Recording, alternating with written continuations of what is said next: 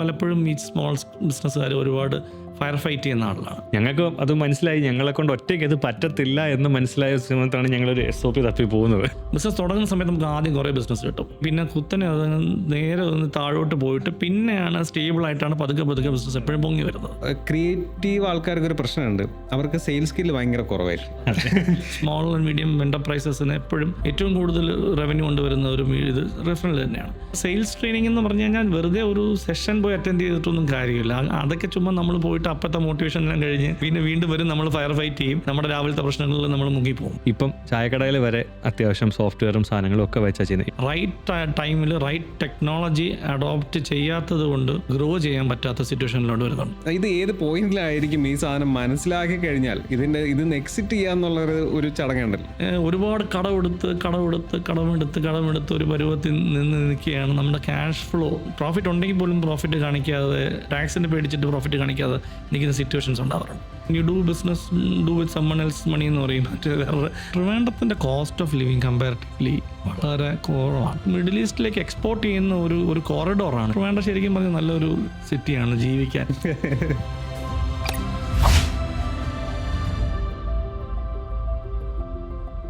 42 പോഡ്കാസ്റ്റിൻ്റെ മറ്റൊരു എപ്പിസോഡിലേക്ക് നിങ്ങൾക്ക് എല്ലാവർക്കും സ്വാഗതം. ഒരു ബിസിനസ് എങ്ങനെ മുന്നോട്ട് കൊണ്ടുപോകാം എന്നതിനെപ്പറ്റി കൂടുതൽ സംസാരിക്കാനായിട്ട് നമ്മളോടൊപ്പം ഇന്നുള്ളത് ഫിറോസിക്കയാണ്. ഫിറോസിക്ക ഒരു ബിസിനസ് കൺസൾട്ടൻ്റാണ്, അതുപോലെ തന്നെ ഒരു ഓൺട്രപ്രണറാണ്. ഈ ഒരു ഏരിയയിൽ നല്ല എക്സ്പീരിയൻസ് ഉള്ള ഒരാളാണ്. നമ്മുടെ ചാനൽ ഇതുവരെ സബ്സ്ക്രൈബ് ചെയ്തിട്ടില്ല എന്നുണ്ടെങ്കിൽ ഇപ്പോൾ തന്നെ സബ്സ്ക്രൈബ് ചെയ്യുക. ഇതിനകത്ത് എന്തെങ്കിലും വാല്യുബിൾ ആയിട്ടുള്ള പോയിന്റ് നിങ്ങൾക്ക് കിട്ടുന്നുണ്ട് എന്നുണ്ടെങ്കിൽ മറ്റുള്ളവർക്ക് കൂടെ ഷെയർ ചെയ്യുക. അതുപോലെ തന്നെ ഇത്രയും വലിയൊരു എപ്പിസോഡ് നിങ്ങൾക്ക് കാണാൻ ടൈമില്ല എന്നുണ്ടെങ്കിൽ അതറിയാം. അതുകൊണ്ട് നമ്മളത് കുഞ്ഞു ഷോർട്സും റീൽസുമായിട്ട് ഇൻസ്റ്റാഗ്രാമിലും യൂട്യൂബിലും ഇടുന്നുണ്ട്, അതും കാണുക. അപ്പോൾ ഫിറോസിക്ക, welcome to 42 podcaster. Thank you. എന്തുകൊണ്ടാണ് ഈ പുതുതായിട്ട് തുടങ്ങുന്ന ബിസിനസ്സുകൾ ഫെയിലായി പോകുന്നത്? ഒന്നുകിൽ പച്ച പിടിക്കത്തില്ല, അല്ലെങ്കിൽ ഇത് മതിയാക്കി വേറെ എന്തെങ്കിലും പരിപാടിക്കോ. അതിൽ ഏറ്റവും കൂടുതൽ ഒരുപാട് റെസ്റ്റോറൻറ്റുകൾ ഇങ്ങനെ തുടങ്ങുന്നു, പടപട പൂട്ടുന്നു, പടപട പുതിയ തുടങ്ങുന്നു. ഇതിൽ മിക്കവാറും ആൾക്കാർ പാഷൻ കൊണ്ട് മാത്രം വരുന്ന ആൾക്കാരാണല്ലോ, പക്ഷെ അവർക്ക് പ്രോപ്പറായിട്ട് ബിസിനസ് അറിയാത്തത് കൊണ്ടായിരിക്കണം എന്നാണ് എനിക്ക് മനസ്സിലായിട്ടുള്ളത്. ശരിയാണ്, കുറേ സ്മോൾ ആൻഡ് മീഡിയം ബിസിനസ്സസിൽ ഇപ്പം കുറേ ഫെയിൽ ആവുന്നുണ്ട്. ശരിക്കും പറഞ്ഞാൽ ഒരു ചെറിയൊരു ബിസിനസ് നോക്കുകയാണെങ്കിൽ ക്യാപിറ്റലിനോടുള്ള ആക്സസ് ഭയങ്കര കുറവാണ്. ശരിക്കും ആ ബിസിനസ്സിന് പര്യാപ്തമായ ഒരു ക്യാപിറ്റലോടുകൂടി അല്ല ബിസിനസ് സ്റ്റാർട്ട് ചെയ്തത്. ഫിനാൻഷ്യൽ മാനേജ്മെൻറ്റിനകത്ത് ഒരുപാട് ഗ്യാപ്സ് ഉണ്ട്. അപ്പോൾ ഫിനാൻസ് നല്ലതുപോലെ മാനേജ് ചെയ്യാൻ പറ്റാത്ത ബിസിനസ്സുകളാണ് ഞാൻ ഏറ്റവും അധികം പെട്ടെന്ന് വൈൻഡപ്പ് ചെയ്ത് പോകുന്നത് കണ്ടിട്ടുള്ളത്. പിന്നെ പോയി കടങ്ങളെടുക്കും, അതനുസരിച്ചുള്ള റവന്യൂ ഒന്നും വരത്തില്ല. അപ്പോൾ ഡെപ്റ്റ് മാനേജ്മെൻറ്റ് ഒരു സംഭവമാണ്. അപ്പോൾ അങ്ങനെ ഒരു ഫിനാൻഷ്യൽ മാനേജ്മെൻറ്റ് ഒരു വലിയൊരു കോർ റീസൺ ആയിട്ട് കണ്ടിട്ടുണ്ട്. ബിസിനസ് ചെയ്യാൻ തുടങ്ങുന്നതിന് മുന്നേ എനിക്ക് തോന്നുന്നു അതിൽ പ്രോപ്പറായിട്ടൊരു പ്ലാൻ നമ്മൾ അതായത് ബേസിക്കലി ഈ ബിസിനസ് തുടങ്ങുന്നത് പലരും എന്താ പറയുക പാഷനിൽ മാത്രമല്ല ഏതെങ്കിലും ഒരു സക്സസ് സ്റ്റോറി കണ്ടിട്ടായിരിക്കും തുടങ്ങുന്നത്. അപ്പോൾ ഇവരെന്ത് പറഞ്ഞാൽ ആ സക്സസ് സ്റ്റോറി കണ്ടിട്ട് തുടങ്ങിയിട്ട് ആ സക്സസ് സ്റ്റോറിയെ ഇവർ ഇമിറ്റേറ്റ് ചെയ്യാൻ വേണ്ടി ശ്രമിച്ചു. എന്നിട്ട് അതിൽ നിന്നാണ് അവർക്ക് ഒരു പ്രോപ്പറായിട്ടൊരു മാർക്കറ്റ് റിസർച്ച് ചെയ്യാതെയോ അല്ലെങ്കിൽ പ്രോപ്പറായിട്ട് പ്ലാൻ ചെയ്യാതെയോ അല്ലെങ്കിൽ എന്താണ് ആ ബിസിനസ്സിൻ്റെ ഒരു ഒബ്ജക്റ്റീവ്സ്, ക്വാണ്ടിറ്റേറ്റീവായിട്ട് അതിൻ്റെ ഒബ്ജക്റ്റീവ്സ് മെഷർ ചെയ്യാതെയോ ഒന്നും ചെയ്യാതെ അതൊന്നും ഡിഫൈൻ ചെയ്യാതെയാണ് ഇവർ ഇത് സ്റ്റാർട്ട് ചെയ്യുന്നത്. ഇപ്പോൾ ഒരു ഉദാഹരണം പറഞ്ഞാൽ, ഇപ്പോൾ ഒരു റെസ്റ്റോറൻറ്റ് നമ്മളിപ്പോൾ എവിടെയെങ്കിലും തിരുവനന്തപുരത്ത് ഒരു നല്ലൊരു ലൊക്കേഷനിൽ പലപ്പോഴും കണ്ടിട്ടില്ല, നമ്മളൊരു വെജിറ്റേറിയൻ റെസ്റ്റോറൻറ്റ് തുടങ്ങിയെന്ന് വെച്ചാൽ അപ്പോൾ ആ വെജിറ്റേറിയൻ റെസ്റ്റോറൻറ്റ് വളരെ സക്സസ്ഫുൾ ആയിട്ട് പോയിക്കൊണ്ടിരിക്കുക. അവിടുത്തെ ഫുഡ് കൊള്ളാം, ക്വാളിറ്റി കൊള്ളാം, അപ്പോൾ അതനുസരിച്ച് ആളുകൾ വരുന്നു, ബിസിനസ് നന്നായിട്ട് പോകുന്നു. ഇത് കണ്ടുകൊണ്ട് അതിൽ നിന്ന് ഏകദേശം കുറച്ച് ദൂരത്ത് മാറി നിന്നിട്ട് വേറൊരാൾ പുതിയൊരു വെജിറ്റേറിയൻ റെസ്റ്റോറൻറ്റ് തുടങ്ങും. അപ്പോൾ ഈ വെജിറ്റേറിയൻ റെസ്റ്റോറൻറ്റ് പുതിയത് അവിടെ തുടങ്ങുന്ന ആൾക്ക് ബേസിക്കലി ഈ ബിസിനസ്സിനെ കുറിച്ച് അത്രയധികം ചിന്തിച്ചിട്ടാവണമെന്നില്ല തുടങ്ങുന്നത്, ഈ സക്സസ് കണ്ടിട്ടാണ് അവിടെ തുടങ്ങുന്നത്. ഇത് ഈ ഇൻഡസ്ട്രി മാത്രമല്ല, മിക്കവാറും എല്ലാ ഇൻഡസ്ട്രിയിലും ഉള്ള ഒരു പ്രശ്നമാണ്. അപ്പോൾ ഈ സക്സസ് സ്റ്റോറിയും കണ്ടിട്ടാണ് ഇത് അവിടെ തുടങ്ങുന്നത്. അപ്പോൾ എന്ത് പറ്റും, ആ തുടങ്ങുന്ന ബിസിനസ് ശരിക്കും പറഞ്ഞാൽ ഇത്രയും എഫിഷ്യൻ്റായിട്ട് അവർക്ക് റൺ ചെയ്യാൻ പറ്റില്ല. അവർക്ക് ശരിക്കും ആ ബിസിനസ്സിനെ കുറിച്ച് അത്ര ഗ്രാഹ്യം ഉണ്ടാവില്ല. പിന്നെ അൾട്ടിമേറ്റ്ലി അവസാനം സംഭവിക്കുന്നത് എന്താണെന്ന് വെച്ചാൽ ഈ ബിസിനസ്സും നല്ല രീതിയിൽ പോകില്ല, മറ്റ് ബിസിനസ്സിൻ്റെയും മാർക്കറ്റ് കുറേ ഇവർ എടുക്കുകയും ചെയ്യും. അങ്ങനെ വരുമ്പോഴത്തേക്ക് ഓൾമോസ്റ്റ് ആ രണ്ട് ബിസിനസ്സും ഒരു പരുവത്തിലെത്തും. അപ്പം ഒരു റീസൺ എന്ന് പറയുന്നത് നമുക്കൊരു പ്രോപ്പറായിട്ടുള്ളൊരു മാർക്കറ്റ് റിസർച്ച് ചെയ്യാതെയോ നമ്മുടെ പ്രോഡക്റ്റോ സർവീസോ ശരിക്കും മാർക്കറ്റിൽ ആവശ്യമുണ്ടോ, പൈസ കൊടുത്ത് അത് മേടിക്കാൻ തയ്യാറാകുന്ന ഒരാളുണ്ടോ എന്നുള്ളതാണ് നമ്മൾ ശരിക്കും ആദ്യം അനലൈസ് ചെയ്യുന്നത്. ബിസിനസ് തുടങ്ങുമ്പം അവരുടെ ഇപ്പോൾ നല്ല കസ്റ്റമേഴ്സിനെ എങ്ങനെയാണ് ഐഡൻറ്റിഫൈ ചെയ്യുന്നത്, അതെങ്ങനെ അത് കണ്ടുപിടിക്കുന്നത്? കസ്റ്റമേഴ്സിനെ ഐഡൻറ്റിഫൈ ചെയ്യുന്നതിന് മുൻപ് തന്നെ ബേസിക്കലി കസ്റ്റമേഴ്സ് ഐഡൻറ്റിഫൈ ചെയ്യുന്നതിന് മുമ്പ് തന്നെ ആ ബിസിനസ് തുടങ്ങുന്നതിനകത്ത് ഞാൻ പറഞ്ഞ പോലെ ഒരു ബിസിനസ്സിന് ഒരു പ്ലാൻ ഉണ്ടാവണം. ആരാണ് നമ്മുടെ കസ്റ്റമർ, നമ്മൾ ടാർഗറ്റ് ചെയ്യുന്നത് ആരെയാണ്, എന്ത് ക്രൗഡാണ്, അവർ എന്ത് സെഗ്മെൻറ്റിലുള്ള ആളുകളാണ്. കുറച്ചൊരു പ്രീമിയം ആയിട്ടുള്ള ലെവലിലുള്ള ഒരു കോഫി ഷോപ്പോ എന്തെങ്കിലും സ്റ്റാർട്ട് ചെയ്യണമെങ്കിൽ അത് ടാർഗറ്റ് ചെയ്യുന്ന ചില കുറച്ചുകൂടെ പ്രീമിയർ ആയിട്ടുള്ള ഒരു ഓഡിയൻസിനെ ആയിരിക്കും. ഞാനിപ്പോൾ ഒരു HR കൺസൾട്ടിങ് കമ്പനി തുടങ്ങുകയാണെങ്കിൽ ഞാൻ ടാർഗറ്റ് ചെയ്യുന്നത് കോർപ്പറേറ്റ്സും അതിൻ്റെ HR-ഉം അതിൻ്റെ ഇതൊക്കെ ആയിരിക്കും.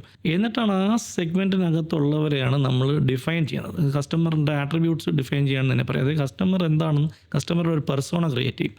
അപ്പോൾ പെർസോണ ക്രിയേറ്റ് ചെയ്ത് കഴിഞ്ഞാൽ മാത്രമേ നമുക്ക് ആ പെർസോണയിലുള്ള ആളുകളെ ടാർഗറ്റ് ചെയ്ത് വെക്കാൻ പറ്റത്തുള്ളൂ. ഇത് ഡിഫറെൻ്റ് ആണ്, സർവീസ് ഇൻഡസ്ട്രിക്ക് ഡിഫറെൻ്റ് ആണ്, പ്രോഡക്റ്റിന് ഡിഫറെൻ്റ് ആണ്. ഇപ്പോൾ എനിക്കൊരു പ്രോഡക്റ്റ് ഉണ്ട് എന്ന് വിചാരിക്കുക. ഫോർ എക്സാമ്പിൾ എൻ്റെ ഒരു ചോക്ലേറ്റ് ഉണ്ടാക്കുന്ന ഒരു ബ്രാൻഡാണ്, ഒരു B2C ആണ് ഞാൻ ഉദ്ദേശിക്കുന്നത്. അങ്ങനെയാണെങ്കിൽ നമ്മളൊരു എന്തൊക്കെ ഒരു സാമ്പിൾ, അതായത് ഇപ്പം ഒരു കസ്റ്റമറെ എങ്ങനെ ഐഡൻറ്റിഫൈ ചെയ്യാം എന്നുള്ളൊരു സാമ്പിൾ സ്റ്റെപ്പ് ബൈ സ്റ്റെപ്പ് ഒന്ന് പറഞ്ഞുതരാൻ പറ്റും? ചോക്ലേറ്റിൻ്റെ കേസിൽ ഇപ്പോൾ 150 രൂപയുടെ ഒരു ചോക്ലേറ്റ് വിൽക്കുന്നെങ്കിൽ അതിനകത്ത് നമുക്ക് കസ്റ്റമറിനെ ഐഡൻറ്റിഫൈ ചെയ്യാന്ന് പറഞ്ഞു കഴിഞ്ഞാൽ ചോക്ലേറ്റ് കഴിക്കുന്ന എല്ലാവരും കസ്റ്റമർ തന്നെയാണല്ലോ. ബേസിക്കലി ഇത്രയും എക്സ്പെൻസീവ് ആയിട്ടുള്ള ചോക്ലേറ്റ്സ് മേടിക്കുന്നത് ഒരു പർട്ടിക്കുലർ വാല്യൂ ഓഫ് റവന്യൂ ഉള്ള ആളായിരിക്കും. ഇപ്പോൾ സ്റ്റോറിൽ ചെല്ലുമ്പോൾ നമുക്ക് 150 ചോക്ലേറ്റ് കാണാൻ പറ്റും, 100 ചോക്ലേറ്റ് കാണാൻ പറ്റും, 50 ചോക്ലേറ്റ് കാണാൻ പറ്റും. എല്ലാ ക്രൗഡും ആ സ്റ്റോറിൽ വന്ന് അത് മേടിക്കുന്നതാണ്. പക്ഷേ മാർക്കറ്റിങ്ങിലാണ് ബേസിക്കലി ആ സാധനത്തിനെ പൊസിഷൻ ചെയ്യുന്നത്. ഈ ഞാൻ പറഞ്ഞ പോലെ ഒരു HR കൺസൾട്ടിങ് കമ്പനിയാണ് വിചാരിക്കുക ഫോർ എക്സാമ്പിൾ. ഇപ്പോൾ HR കൺസൾട്ടിങ് കമ്പനീസ് ബേസിക്കലി എന്താ ചെയ്യുന്നത്, റിക്രൂട്ട്മെൻറ്റാണ് ചെയ്യുന്നത്. അപ്പോൾ ഇവർ ബേസിക്കലി ഫോക്കസ് ചെയ്യുന്നത് ഒരു സെഗ്മെൻറ്റ് ഓഫ് കമ്പനീസിലായിരിക്കും. അതായത് കൂടുതൽ വോളിയം ഓഫ് ഹയറിങ്സ് നടക്കുന്ന കുറച്ച് സെഗ്മെൻറ്റ്സിനെ ആയിരിക്കും ഒരു ടാർഗറ്റ് ചെയ്യുന്നത്. അപ്പോൾ അതായിരിക്കും അവർ ടാർഗറ്റ് ചെയ്യുന്ന ഈ കസ്റ്റമർ പെർസോണ എന്ന് പറയുന്നത്. അപ്പോൾ നമ്മൾ ഡിഫൈൻ ചെയ്യും ഇതാരാണ്, ഇത് എന്ത് പൊസിഷനിലിരിക്കുന്ന ആളാണ്, ഇത് എങ്ങനത്തെ ആളായിരിക്കും എന്ന് പറഞ്ഞാൽ അയാളുടെ കസ്റ്റമർ അയാളുടെ ഓരോ ആട്രിബ്യൂട്ട്സും ഡിഫൈൻ ചെയ്തിട്ട് ആ ടൈപ്പ് ഓഫ് ആളുകളെയാണ് നമ്മൾ ടാർഗറ്റ് ചെയ്യുന്നത്. അത് ചിലപ്പോൾ HR ആയിരിക്കാം, അല്ലെങ്കിൽ CEO ആയിരിക്കാം, അല്ലെങ്കിൽ വേറെ ഒരു മാനേജർ ആയിരിക്കാം. ആ ആട്രിബ്യൂട്ടുള്ള ആൾ ആരാണെന്നുള്ള ഐഡൻറ്റിഫൈ ചെയ്ത് അയാളെയാണ് നമ്മൾ കണക്ട് ചെയ്ത് നമ്മൾ ഇത് സെല് ചെയ്യുന്നത്.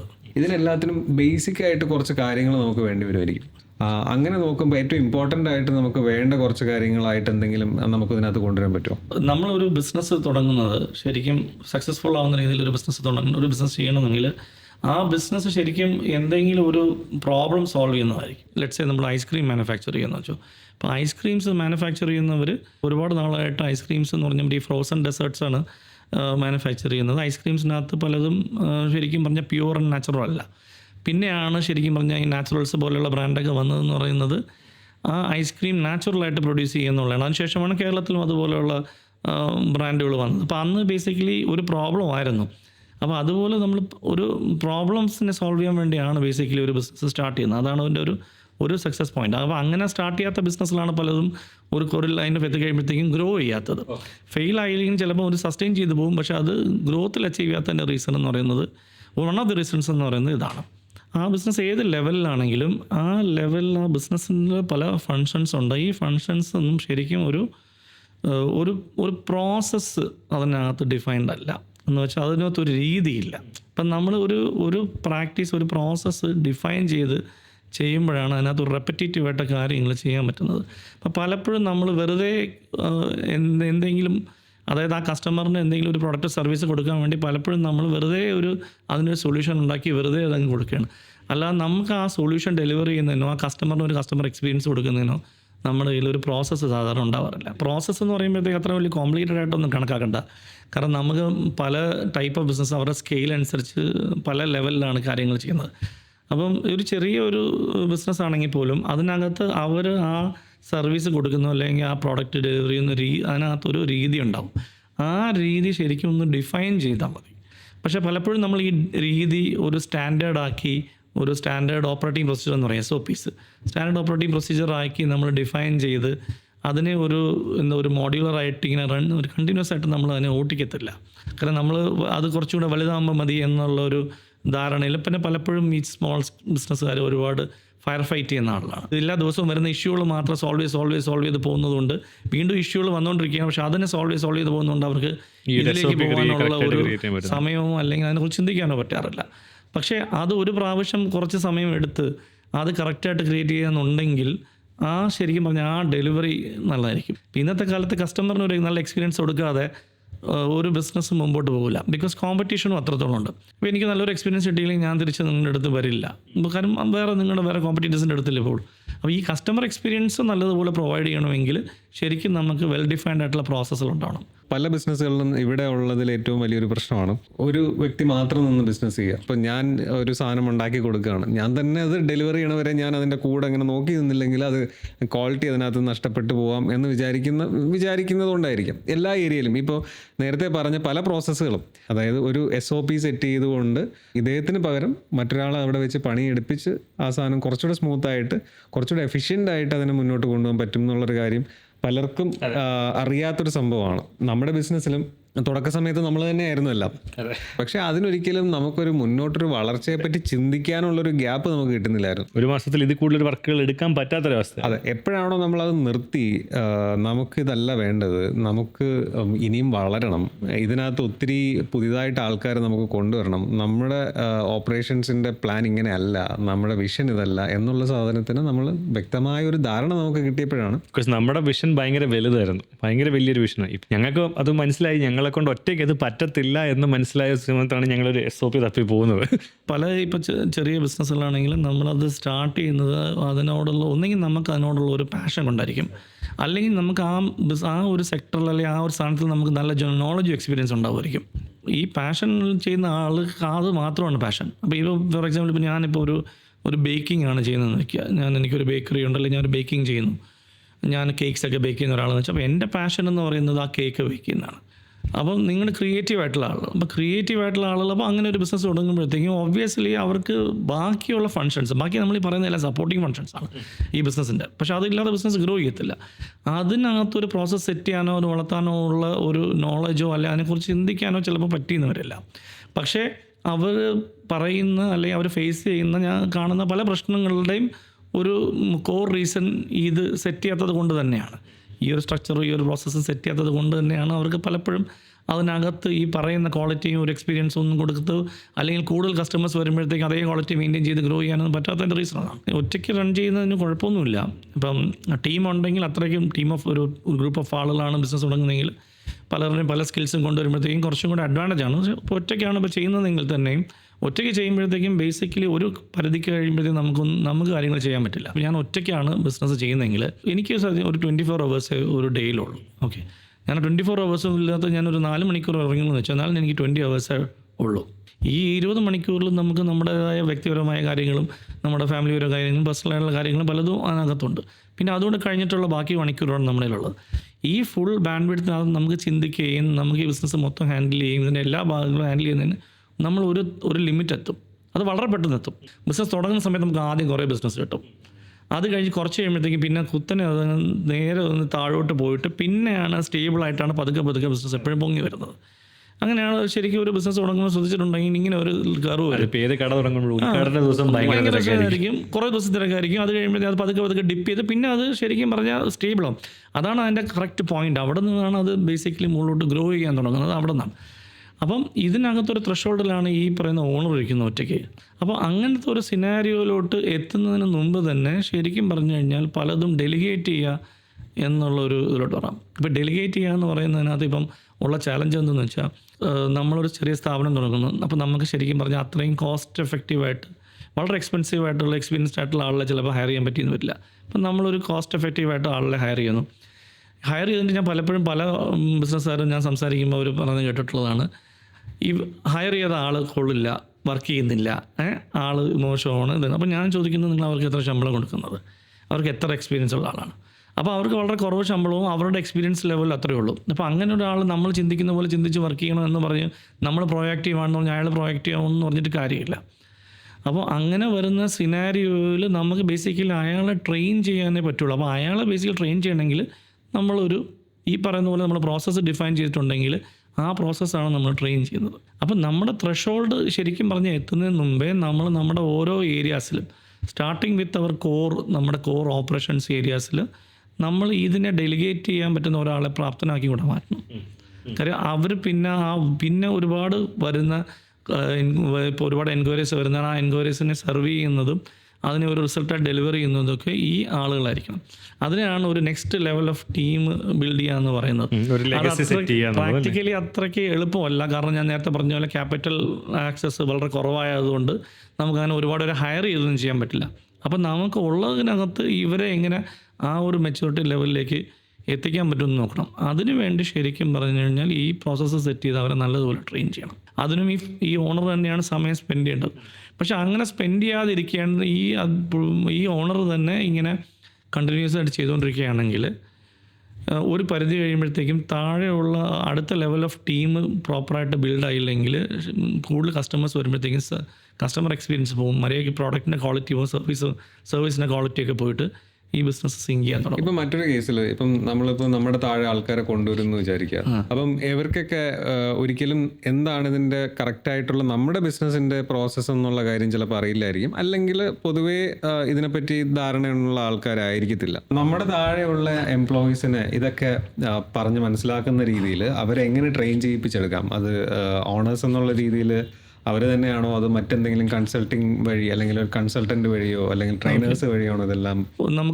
ഒരു എക്സാമ്പിൾ എടുക്കാം. ഒരു സിംഗിൾ ഓണർ, അതായത് ഞാൻ ഇപ്പം ഒറ്റയ്ക്ക് ഒരു ബിസിനസ് സ്റ്റാർട്ട് ചെയ്തിട്ടുണ്ട്. ഇനിഷ്യലി അതിനകത്ത് നടക്കുന്ന എല്ലാ കാര്യങ്ങളും എനിക്കറിയാവുന്നതും എൻ്റെ നോളജും ഞാൻ പഠിച്ച കാര്യങ്ങളും വെച്ചിട്ടാണ് അതെല്ലാം സെറ്റാവുന്നത്. അയാൾ ബേസിക്കലി കുറേ കാര്യങ്ങൾ ചെയ്യുന്നുണ്ട്. അപ്പോൾ അതിൽ ഒരു ആസ്പെക്റ്റ് എന്ന് പറഞ്ഞാൽ കസ്റ്റമറിനെ കണ്ടുപിടിക്കുന്നതും അയാൾ തന്നെയാണ്. അയാൾ തന്നെയാണ് കസ്റ്റമറിന് ആ എക്സ്പീരിയൻസ് കൊടുക്കുന്നത്. എന്നുവെച്ചാൽ കസ്റ്റമറിനെ സർവീസ് ചെയ്യുന്നതും ഇതേ ആൾ തന്നെയാണ്. അതേ ആൾ തന്നെയാണ് ഈ സാധനം ഡെലിവറി ചെയ്യുകയും ചെയ്യുന്നത്. മിക്കവാറും നമ്മൾ ടീം ഹയർ ചെയ്യുന്നത് ഈ പറയുന്ന എക്സിക്യൂഷൻ സൈഡിലാണ്. കാരണം നമ്മൾ മിക്കവാറും എക്സിക്യൂഷൻ സൈഡിൽ നിൽക്കുന്നവരായിരിക്കും കൂടുതലും നമ്മൾ ഇറങ്ങിയിട്ടുള്ളതെങ്കിൽ നമ്മൾ എക്സിക്യൂഷനിലാണ് നിൽക്കുന്നത്. അല്ല, സെയിൽസ് സൈഡിലാണ് കൂടുതൽ എക്സ്പീരിയൻസ് ഉള്ള ഒരാൾ ഒറ്റയ്ക്ക് തുടങ്ങുകയാണെങ്കിൽ അയാൾ സെയിൽസ് സൈഡിലായിരിക്കും കൂടുതൽ ചെയ്യുന്നത്. അപ്പോൾ അവർ ബേസിക്കലി പുള്ളി സെറ്റ് ചെയ്യുന്ന ബിസിനസ് ബിസിനസ് വുമണോ സെറ്റ് ചെയ്യുന്ന രീതിയിൽ ആണത് ഓടിപ്പോകുന്നത്. അപ്പോഴാണ് നമ്മൾ പറയുന്ന ഒരു ത്രെഷോൾഡ് ലെവലിൽ എത്തുന്നത്.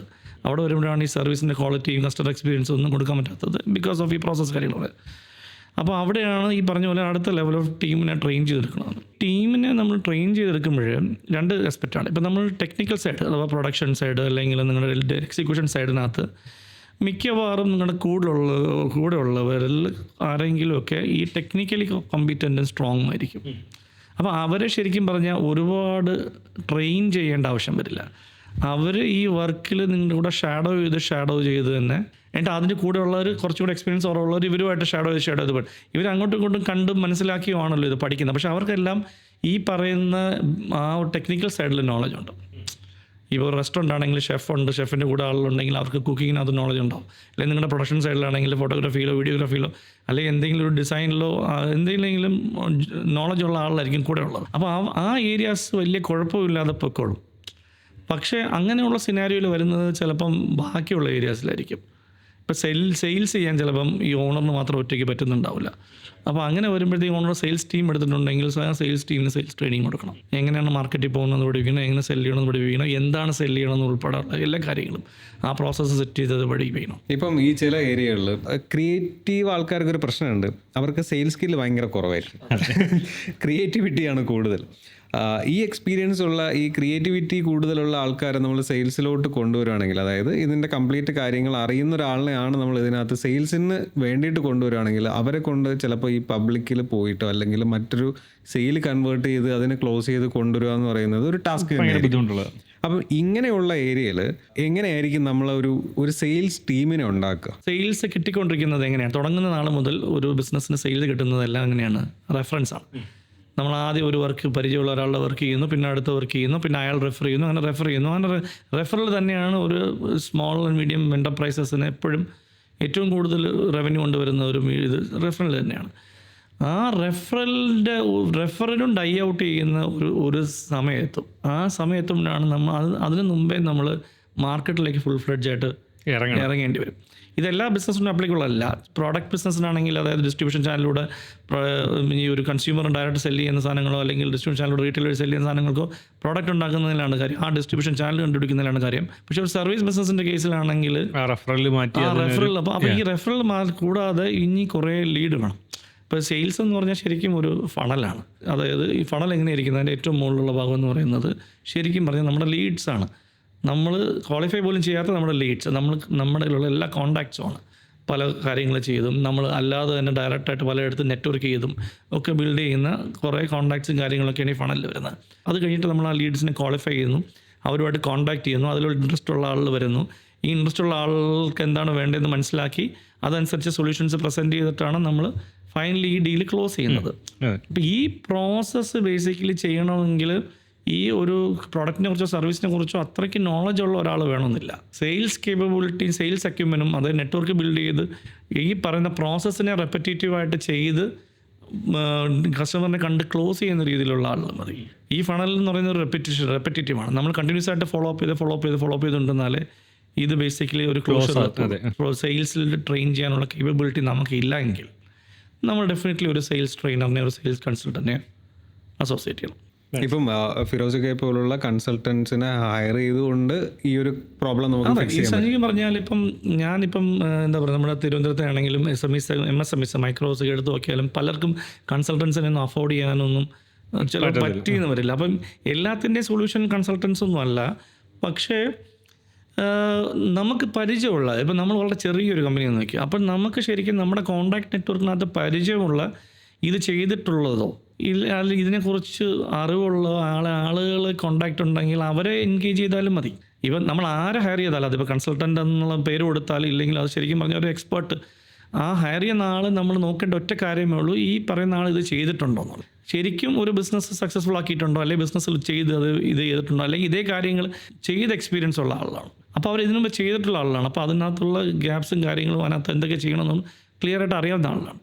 അപ്പോൾ അങ്ങനെയൊക്കെ ഉള്ള സെയിൽസ് ട്രെയിനേഴ്സിനെ അല്ലെങ്കിൽ അങ്ങനെയുള്ള ആളുകൾ, സെയിൽസിലൊക്കെ ഉള്ള ആളുകളെ കൊണ്ടുവന്നിട്ട് ഒരു ചെറിയ സെഷൻ പോലെ അല്ലെങ്കിൽ ഇവരുടെ കൂടെ തന്നെ ഇരുത്തി ഈ പ്രോസസ്സ് സെറ്റ് ചെയ്തിട്ട് നമുക്ക് അവരുടെ അണ്ടറിൽ വരുന്ന ആൾക്കാരെ ഇപ്പോൾ സെയിൽസ് ടീമിന് ഉണ്ടാക്കുകയാണെന്ന് വിചാരിക്കുക. ഇപ്പം ഒരു സെയിൽസ് സപ്പോർട്ടിംഗ് ടീമാണ് നമ്മളിപ്പോൾ ബിൽഡ് ചെയ്തുകൊണ്ടിരിക്കുന്നത്. അവർക്ക് നമ്മളൊരു ട്രെയിനിങ് കൊടുക്കുന്നതാണോ അതോ ഈ ബിസിനസ് ഓണർ ഒരു ട്രെയിനിങ് അറ്റൻഡ് ചെയ്തുകൊണ്ട് യഥാർത്ഥത്തിൽ ഇത് ഏത് രീതിയിൽ മാക്സിമം പൊട്ടൻഷ്യൽ വർക്ക് ചെയ്യാൻ പറ്റും എന്നുള്ള കാര്യം മനസ്സിലാക്കിയതിന് ശേഷം നമ്മുടെ ടീമിനെ കൊണ്ടുവരുന്നതാണോ ഏറ്റവും ബെറ്റർ ആയിട്ടുള്ളൊരു? ഇതിനകത്ത് നമുക്ക് ശരിക്കും ഒരു ചെറിയ ബിസിനസ്, ഞാൻ പറഞ്ഞ വളരെ ക്യാപിറ്റൽ കുറച്ച് തുടങ്ങുന്ന ആളുകളുടെ കാര്യം പറയുന്നത്. ക്യാപിറ്റൽ കുറച്ച് തുടങ്ങുന്ന ആളുകൾക്ക് സെയിൽസ് ടീമൊന്നും കുറേ നാളത്തേക്കൊന്നും സെറ്റ് ചെയ്യാനൊന്നും പറ്റത്തില്ല, സെറ്റ് ചെയ്തിട്ടുണ്ടാവില്ല. അങ്ങനെയുള്ള കേസിൽ സെയിൽസ് ചെയ്യുന്നത് ഈ ഓണർ തന്നെയാണ്. അപ്പോൾ ഡെഫിനറ്റ്ലി അയാൾ തന്നെയാണ് ട്രെയിൻഡ് ആവേണ്ടത്. പക്ഷേ അയാൾ ശരിക്കും ഇൻവെസ്റ്റ് ചെയ്തിട്ടുണ്ട്, അല്ലെങ്കിൽ ഇതിനകത്ത് നിന്ന് റവന്യൂ വരുന്നത് വെച്ച് ഇൻവെസ്റ്റ് ചെയ്തിട്ട് ഒരു പ്രോസസ്സും ബിൽഡ് ചെയ്ത് ഒരു ചെറിയ സെയിൽസ് ടീം സെറ്റപ്പ് ചെയ്യാൻ പറ്റുമെങ്കിൽ, അങ്ങനെ ചെയ്യുകയാണെങ്കിൽ ശരിക്കും പറഞ്ഞാൽ അയാൾ മാത്രമല്ല സെയിൽസ് ടീമിനെയും ഈ എക്സ്റ്റേണൽ ട്രെയിനർ ട്രെയിൻ ചെയ്യണം. കാരണം ഈ പറയുന്ന ആൾക്ക് ട്രെയിൻ ചെയ്യാനുള്ള കേപ്പബിലിറ്റി ഉണ്ടാവണമെന്നില്ല. ചില ബിസിനസ്സുകാർ കണ്ടിട്ടുണ്ട്, അവർ ശരിക്കും പറഞ്ഞാൽ സെയിൽസിൽ ഭയങ്കര എക്സ്പീരിയൻസ് ഉള്ളവരായിരിക്കും, സെയിൽസ് അക്യുമെൻസ് ഉള്ള ആളായിരിക്കും. അപ്പോൾ അങ്ങനെയുള്ള ആളുകൾക്ക് ചിലപ്പോൾ അവർ ചെയ്യുന്ന ആ ഡെലിവറി അല്ലെങ്കിൽ എക്സിക്യൂഷൻ സൈഡിലായിരിക്കില്ല അവരുടെ കേപ്പബിലിറ്റി. അത് അവർ ചിലപ്പോൾ നല്ല നല്ല ആളുകളെ ഹയർ ചെയ്തായിരിക്കും ചെയ്യിക്കുന്നത്.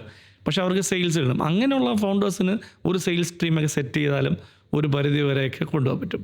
പക്ഷെ അവർക്ക് ഒരു എക്സിക്യൂഷൻ ചെയ്യുന്ന ഒരു ടീമിനെ സെറ്റ് ചെയ്ത് ആ ടീമിനെ ട്രെയിൻ ചെയ്യാൻ പറ്റിയെന്ന് വരില്ല. അപ്പോൾ അവിടെ അവർക്ക് ആ ലെവലിലുള്ള ആളുകൾ. അപ്പോൾ ഈ ഫൗണ്ടറിൻ്റെ ശരിക്കും കോർ എല്ലാത്ത ഏരിയാസ് എവിടെയുണ്ടോ അവിടെ ഫൗണ്ടറിന് ഒരു എക്സ്റ്റേണൽ ഹെൽപ്പ് എടുക്കാൻ പറ്റുമെങ്കിൽ അതാണ് ഏറ്റവും ബെസ്റ്റ്. ഈ സെയിൽസ് ട്രെയിനിങ്ങുകൾ അറ്റൻഡ് ചെയ്യുന്ന എപ്പോഴും നമുക്ക് നല്ലതാണ്. നമ്മൾ കാണാത്തതും അല്ലെങ്കിൽ നമ്മൾ എക്സ്പീരിയൻസ് ചെയ്യാത്തതുമായിട്ടുള്ള ഒരുപാട് ഏരിയകൾ നമുക്ക് മനസ്സിലാവും. ബിസിനസ് ഓണർ ആണെങ്കിൽ എപ്പോഴും ബിസിനസ് ആയിരിക്കും ബാധ്യത പോലെ കിടക്കുന്നത്. അതായത് ആ മാസത്തെ സെയിൽസ് അല്ലെങ്കിൽ വരാൻ പോകുന്ന ഫ്യൂച്ചർ എന്തായിരിക്കും, പുതിയ ഹയറിങ്ങോ അല്ലെങ്കിൽ ബാക്കിയുള്ള എക്സ്പെൻസസിനെ പറ്റി ഒരുപാട് ചിന്തിക്കുമായിരിക്കും. അപ്പം ഇവരുടെ കംപ്ലീറ്റ് ഒരു ഫോഗി ആയിട്ടുള്ളൊരു സിറ്റുവേഷനിലായിരിക്കും നിൽക്കുക. അപ്പം അങ്ങനെ നിൽക്കുന്ന ഒരാളിന് ഒരു സെയിൽസ് ട്രെയിനിങ്ങുകളോ അല്ലെങ്കിൽ ഒരു കൺസൾട്ടൻറ്റിൻ്റെ സപ്പോർട്ടോ അല്ലെങ്കിൽ മറ്റെന്തെങ്കിലും ഇതുപോലുള്ള സപ്പോർട്ടുകളും ഉണ്ട് കുറച്ചുകൂടെ ക്ലാരിറ്റി വരുത്താനും ഇപ്പോൾ ഉള്ള പൊട്ടൻഷ്യലിനേക്കാളും കുറച്ചുകൂടെ കൂട്ടി മാക്സിമം പൊട്ടൻഷ്യലിൽ വർക്ക് ചെയ്യാനുമുള്ളൊരു ഇതുണ്ടാവാൻ ഒരു ചാൻസും കൂടെ അതിനകത്തില്ലേ? തൗഫീഖ് ഈ പറയുന്നത് കൂടുതലും ഒരു സ്ട്രാറ്റജി ലെവലിലെ കാര്യമാണ്. ഇപ്പം ഒരു ഫൗണ്ടറിന് ശരിക്കും പറഞ്ഞാൽ സെയിൽസിൻ്റെ പ്രോസസ്സിലല്ല ട്രെയിനിങ് വേണ്ടത്. ആൾക്ക് വേണ്ടത് ഒരു സ്ട്രാറ്റജി ഡെവലപ്പ് ചെയ്യാൻ വേണ്ടി. ഈ സ്ട്രാറ്റജി ഉണ്ടാക്കാൻ ബേസിക്കലി ഇതുപോലെയുള്ളൊരു എക്സ്റ്റേണൽ ആയിട്ടുള്ള ഒരു എക്സ്പീരിയൻസ്ഡ് ആയിട്ടുള്ള ഒരാളുടെ ഹെൽപ്പ് ആവശ്യമാണ്. അപ്പം നമ്മൾ സെയിൽസ് ട്രെയിനിങ് എന്ന് പറഞ്ഞു കഴിഞ്ഞാൽ വെറുതെ ഒരു സെഷൻ പോയി അറ്റൻഡ് ചെയ്തിട്ടൊന്നും കാര്യമില്ല. അതൊക്കെ ചുമ്മാ നമ്മൾ പോയിട്ട് അപ്പോഴത്തെ മോട്ടിവേഷൻ എല്ലാം കഴിഞ്ഞ് പിന്നെ വീണ്ടും വരും, നമ്മൾ ഫയർ ഫൈറ്റ് ചെയ്യും, നമ്മുടെ രാവിലത്തെ പ്രശ്നങ്ങളിൽ നമ്മൾ മുങ്ങിപ്പോകും. അത് നമുക്ക് അപ്പോഴത്തെ ഒരു മോട്ടിവേഷൻ തരുമെന്നല്ലാതെ അതിനകത്ത് നമ്മൾ ഒരുപാട് കാര്യങ്ങളൊന്നും പഠിക്കുന്നില്ല. സെറ്റ് ചെയ്യുന്നത് മോണിറ്റർ ചെയ്ത് അത് റിവ്യൂ ചെയ്ത് അത് കൺട്രോൾ ചെയ്ത് അത് നടക്കുന്നുണ്ടോ, കറക്റ്റായിട്ട് നടക്കുന്നുണ്ടോ, അത് എഫക്റ്റീവ് ആണോ എഫിഷ്യൻ്റ് ആണോ എന്ന് മനസ്സിലാക്കി അതിനെ ചേഞ്ച് ചെയ്തുകൊണ്ടിരിക്കണം. അതിനാണ് ഈ പറയുന്ന എക്സ്റ്റേണൽ വരുന്ന കൺസൾട്ടൻ്റ് ആണെങ്കിലും എക്സ്റ്റേണൽ വരുന്ന ഏത് ഹെൽപ്പാണെങ്കിലും ആ ഒരു ലെവലിൽ ഇൻവോൾവ് ആയിരിക്കണം. അങ്ങനെ എന്നാലേ അതിനകത്തൊരു റിസൾട്ട് ഉണ്ടാവുള്ളൂ. നമ്മൾ ഒരു ബിസിനസ് തുടങ്ങുമ്പോൾ ലൈക്ക് കാലത്തിനനുസരിച്ച് മാറേണ്ടത് വളരെ അത്യാവശ്യമല്ലേ. പണ്ട് കാലത്ത് പേപ്പറിൽ കണക്കുകൾ എഴുതി കൂട്ടുന്ന ചായക്കട പോലത്തെ സാധനത്തിൽ നിന്ന് ഇപ്പം ചായക്കടയിൽ വരെ അത്യാവശ്യം സോഫ്റ്റ്വെയറും സാധനങ്ങളും ഒക്കെ വെച്ചാൽ ചെയ്യുന്നത്. ഇവൻ ഞങ്ങളുടെ ബിസിനസ്സിലാണെങ്കിൽ പോലും ഞങ്ങൾക്ക് പല സോഫ്റ്റ്വെയറുകളുണ്ട്. ഞങ്ങളുടെ പ്രോജക്റ്റ് ട്രാക്ക് ചെയ്യാനായിട്ട് ഞങ്ങൾ ക്ലിക്കപ്പ് എന്ന് പറയുന്നൊരു സോഫ്റ്റ്വെയർ യൂസ് ചെയ്യുന്നുണ്ട്. ERP സോഫ്റ്റ് ഞങ്ങളുടെ ഫിനാൻസ് ഒക്കെ ഹാൻഡിൽ ചെയ്യാൻ വേണ്ടി ഒരു ലീഡ് അക്കൗണ്ടിങ് എന്ന് പറഞ്ഞിട്ടൊരു ഫിനാൻഷ്യൽ ഒരു സോഫ്റ്റ്വെയർ നമ്മൾ ഉപയോഗിക്കുന്നുണ്ട്. അപ്പോൾ അതുപോലെ ഓരോരോ സോഫ്റ്റ്വെയർസ് നമ്മൾ എങ്ങനെ ചെയ്യണം, അത് എപ്പോൾ ചെയ്യണം, അതിൻ്റെ ആവശ്യം എന്താണ്? അത് വളരെ ഒരു വാലിഡ് ആയിട്ടുള്ളൊരു പോയിൻ്റാണ്. പ്രത്യേകിച്ച് നമ്മളിപ്പം നിൽക്കുന്ന ഈ ഒരു ഇൻഫർമേഷൻ ഏജിൽ ഒരു സ്മോൾ ബിസിനസ് ഗ്രോ ചെയ്യുന്നതിനകത്ത് വരുന്ന ഒരു തടസ്സം ഒരു ടെക്നോളജി അഡോപ്ഷൻ തന്നെയാണ്. ടെക്നോളജി റൈറ്റ് ടൈമിൽ റൈറ്റ് ടെക്നോളജി അഡോപ്റ്റ് ചെയ്യാത്തത് കൊണ്ട് അവർക്ക് ഗ്രോ ചെയ്യാൻ പറ്റാത്ത സിറ്റുവേഷനിലോട്ട് വരുന്നുണ്ട്. ബിക്കോസ് കോമ്പറ്റീറ്റേഴ്സ് പലരും നല്ല ടെക്നോളജീസ് ഏർലി സ്റ്റേജിൽ തന്നെ ബിസിനസ് സ്റ്റാർട്ട് ചെയ്യുന്ന ഏർലി സ്റ്റേജിൽ തന്നെ അഡോപ്റ്റ് ചെയ്തിട്ടുള്ളവരുണ്ടാവും. അങ്ങനെയുള്ളവർ മുമ്പിലൊന്നും ഇവർക്ക് പലർക്കും കോമ്പീറ്റ് ചെയ്ത് നിൽക്കാൻ പറ്റില്ല. ചിലപ്പോഴൊക്കെ കുറേ വർഷങ്ങളായിട്ട് റൺ ചെയ്യുന്ന ബിസിനസ്സുകളായിരിക്കും, ഇപ്പോഴും സ്മോൾ സ്കെയിലിൽ റൺ ചെയ്യുന്നവരായിരിക്കും. പക്ഷേ അവർ പുതുതായിട്ട് വരുന്ന ഒരു കോമ്പറ്റീറ്റർ മുമ്പിൽ പിടിച്ചിരിക്കാൻ പറ്റാത്തതിൻ്റെ ഒരു റീസൺ എന്ന് പറയുന്നത് അവരുടെ ടെക്നോളജി അഡോപ്ഷനാണ്. അപ്പോൾ ടെക്നോളജി അഡോപ്റ്റ് ചെയ്യുമ്പോൾ ശ്രദ്ധിക്കേണ്ട കാര്യമെന്ന് പറയുന്നത് ഇത് ശരിക്കും നമുക്ക് വേണമോ, എത്ര വേണം, വേണ്ട എന്ന് മനസ്സിലാക്കണം ആണ് പറ്റേണ്ടത്. അല്ലെങ്കിൽ ആ സോഫ്റ്റ്വെയറുകളെല്ലാം ഒരു സബ്സ്ക്രിപ്ഷനൊക്കെ അധികം ചിലവായിട്ട് അതെ. അതായത് ഇപ്പം നമ്മളിപ്പോൾ ഫോർ എക്സാമ്പിൾ ഇപ്പം നമ്മളൊരു ജിമ്മിൽ പോകുന്നു, ഒരു നല്ലൊരു പേഴ്സണൽ ട്രെയിനർ നമുക്ക് ജിമ്മിലുണ്ടെങ്കിൽ ആ പേഴ്സണൽ ട്രെയിനർ ശരിക്കും പറഞ്ഞാൽ നമ്മളൊരു ഗോൾസിന് അഗെയിൻസ്റ്റാണ് വർക്ക് ചെയ്യുന്നത്. ചിലപ്പോൾ നമുക്ക് വെയിറ്റ് കുറയ്ക്കണമായിരിക്കും, അല്ലെങ്കിൽ മസിൽ സ്ട്രെങ്തൻ ചെയ്യണമായിരിക്കും ഇതുപോലെ. അപ്പോൾ അതിനകത്ത് ആ ട്രെയിനർ എന്താ ചെയ്യുന്നത്, ഗോൾ മീറ്റ് ചെയ്യാനുള്ള കാര്യങ്ങൾ മാത്രമേ നമ്മളെ കൊണ്ട് ചെയ്യിപ്പിക്കുന്നുള്ളൂ. ടെക്നോളജി അഡോപ്ഷനിലും ശരിക്കും പറഞ്ഞാൽ അങ്ങനെ തന്നെയാണ്. പല ബിസിനസ്സുകളും എന്തിനു വേണ്ടിയാണ് ആ സോഫ്റ്റ്വെയർ മേടിച്ചതെന്ന് ചോദിച്ചു കഴിഞ്ഞാൽ അവർക്ക് അറിയില്ല. അപ്പോൾ ആരോ വന്നു ഇത് ഇങ്ങനെയൊക്കെ നടക്കും, ഇന്നിങ്ങനെയൊക്കെ ചെയ്യാൻ പറ്റും എന്ന് പറഞ്ഞതുകൊണ്ട് ഇവർ ഈ സോഫ്റ്റ്വെയർ മേടിച്ചു. എന്നിട്ട് ആ സോഫ്റ്റ്വെയർ ബേസിക്കലി അവർ ഉപയോഗിക്കുന്നു. പല ബിസിനസ്സുകളും മേടിച്ച സോഫ്റ്റ്വെയർ ഫുള്ളായിട്ട് അതിനെ കേപ്പബിലിറ്റിയിൽ യൂസ് ചെയ്യുന്നില്ല. നമ്മൾ ടെക്നോളജി അഡോപ്റ്റ് ചെയ്യുമ്പോഴത്തേക്കും ശരിക്കും അതൊരു ഇൻവെസ്റ്റ്മെൻ്റ് ആണ്. ഇപ്പോൾ ക്യാപിറ്റൽ ആക്സസ് കുറവുള്ള SMEs നമ്മുടെ റവന്യൂവിൽ നിന്നും വേറെ ഫണ്ട് റേസ് ചെയ്തുമാണ് നമ്മൾ ടെക്നോളജിയിൽ ഇൻവെസ്റ്റ് ചെയ്യുന്നത്. അപ്പോൾ അങ്ങനെ നമ്മൾ ടെക്നോളജിയിൽ ഇൻവെസ്റ്റ് ചെയ്യുമ്പോഴത്തേക്കും നമ്മുടെ ഇൻവെസ്റ്റ്മെൻറ്റിൻ്റെ ROI കറക്റ്റ് ആയിരിക്കണം. അപ്പോൾ ആ ഇൻവെസ്റ്റ്മെൻറ്റ് വളരെ ശ്രദ്ധ ചെയ്യേണ്ട കാര്യമാണ്. ചിലതിനകത്ത് ചിലപ്പോൾ നമുക്ക് വേണ്ട ഫങ്ഷനാലിറ്റികൾ ആ സോഫ്റ്റ്വെയറിൽ ഉണ്ടാവില്ല. അതിൻ്റെ മെയിൻ റീസൺ എന്താണെന്ന് വെച്ചാൽ നമ്മൾ ആദ്യം നമുക്ക് എന്താണ് വേണ്ടതെന്ന് അറിയാതെയാണ് ഇത് മേടിക്കുന്നത്. അതിൻ്റെ റീസൺ എന്താണെന്ന് വെച്ചാൽ നമുക്കൊരു പ്രോസസ്സും ഇല്ലാത്തതുകൊണ്ടാണ്. ബിസിനസ്സിൻ്റെ ഗോൾസ് എപ്പോഴും ക്വാണ്ടിറ്റേറ്റീവ് ആയിട്ടുള്ള ഗോൾസ് ആയിരിക്കണം. One of the main objectives money make ചെയ്യണം. മണി മേക്ക് ചെയ്യുക എന്ന് പറയുന്നത് റവന്യൂവും പ്രോഫിറ്റ് കൂട്ടണം, റവന്യൂസ് ഉണ്ടാക്കണം. അപ്പോൾ അത് ബേസിക്കലി അതുകൊണ്ടൊക്കെ അങ്ങനത്തെ ക്വാണ്ടിറ്റേറ്റീവ് ആയിട്ടുള്ള ടാർഗറ്റ്സും മൈൽ സ്റ്റോൺസും ബിസിനസ്സിലുണ്ടാവണം. എന്ന് പറഞ്ഞാൽ ഞാൻ എപ്പോഴും ഒരു 2 ഇയേഴ്സിൻ്റെ ഒരു പ്ലാനിൽ വർക്ക് ചെയ്യുന്ന ഒരു ആളാണ്. 5 year 10 year ഒക്കെ പോകാൻ നമുക്ക് വലിയ ഇഷ്ടമാണ്. പക്ഷേ 2 ഇയേഴ്സിലെങ്കിലും നമുക്ക് എത്ര റവന്യൂ ആണ് അച്ചീവ് ചെയ്യേണ്ടത്, നമുക്ക് എന്ത് പ്രോഫിറ്റാണ് അച്ചീവ് ചെയ്യേണ്ടത് എന്നുള്ളത് നമ്മൾ ഫിഗർ നമുക്ക് ഒരു ഇയർലി ബേസിൽ ഫിഗർ അറൈവ് ചെയ്യാൻ നമ്മുടെ ഒരു ഇത് വെച്ച് അറൈവ് ചെയ്യാൻ, നമ്മുടെ ഒരു ആഗ്രഹം വെച്ചും നമ്മുടെ പൊട്ടൻഷ്യലും വെച്ച് നമുക്ക് അറൈവ് ചെയ്യാൻ പറ്റിയാൽ അതിനെ നമുക്ക് ഓരോ ക്വാർട്ടറായിട്ട് ഡിവൈഡ് ചെയ്ത് കഴിഞ്ഞാൽ ആ ക്വാർട്ടറിലേക്ക് നമുക്കൊരു ടാർഗറ്റ് വന്നു. അപ്പോൾ ഈ ടാർഗറ്റ് അച്ചീവ് ചെയ്യാൻ വേണ്ടിയാണ് നമ്മുടെ ബിസിനസ്സിലെ എല്ലാ ഫങ്ഷൻസും ഒരുമിച്ച് വർക്ക് ചെയ്യുന്നത്. അപ്പോൾ നമ്മൾ ആ ബിസിനസ്സിലെ ഫങ്ഷന് വേണ്ടി നമ്മൾ എഴുതുന്ന പ്രോസസ്സുകളും നമ്മൾ അഡോപ്റ്റ് ചെയ്യുന്ന പ്രാക്ടീസുകളും ഒക്കെ ഈ ടാർഗറ്റ് മീറ്റ് ചെയ്യാനാണല്ലോ. ആ പ്രോസസ്സും പ്രാക്ടീസിൻ്റെയും റിക്വയർമെൻറ്റ്സ് അനുസരിച്ചാണ് സോഫ്റ്റ്വെയർ മേടിക്കേണ്ടത്. മനസ്സിലായി? അതുപോലെ ചിലയിടത്ത് ഓൾറെഡി സോഫ്റ്റ്വെയർസ് മേടിച്ച് വെച്ചിട്ടുണ്ട്. അപ്പോൾ അവർക്ക് ഇനി എന്ത് ചെയ്യാൻ പറ്റും, അവർ ഓൾറെഡി ഇൻവെസ്റ്റ് ചെയ്ത് പോയി. അപ്പോൾ അങ്ങനെയുള്ളവർ ചെയ്യേണ്ടതെന്ന് പറഞ്ഞാൽ അവരൊരു എക്സസൈസ് ചെയ്യണം. അതിന് അവർക്ക് ഒരു എക്സ്റ്റേണൽ ഹെൽപ്പ് വേണ്ടി വരും. അല്ലെങ്കിൽ അതുപോലെ ഞാൻ നേരത്തെ പറഞ്ഞ പോലെ ഒരു എക്സ്പെർട്ടൈസ് ഉള്ള ആൾ വേണ്ടി വരും.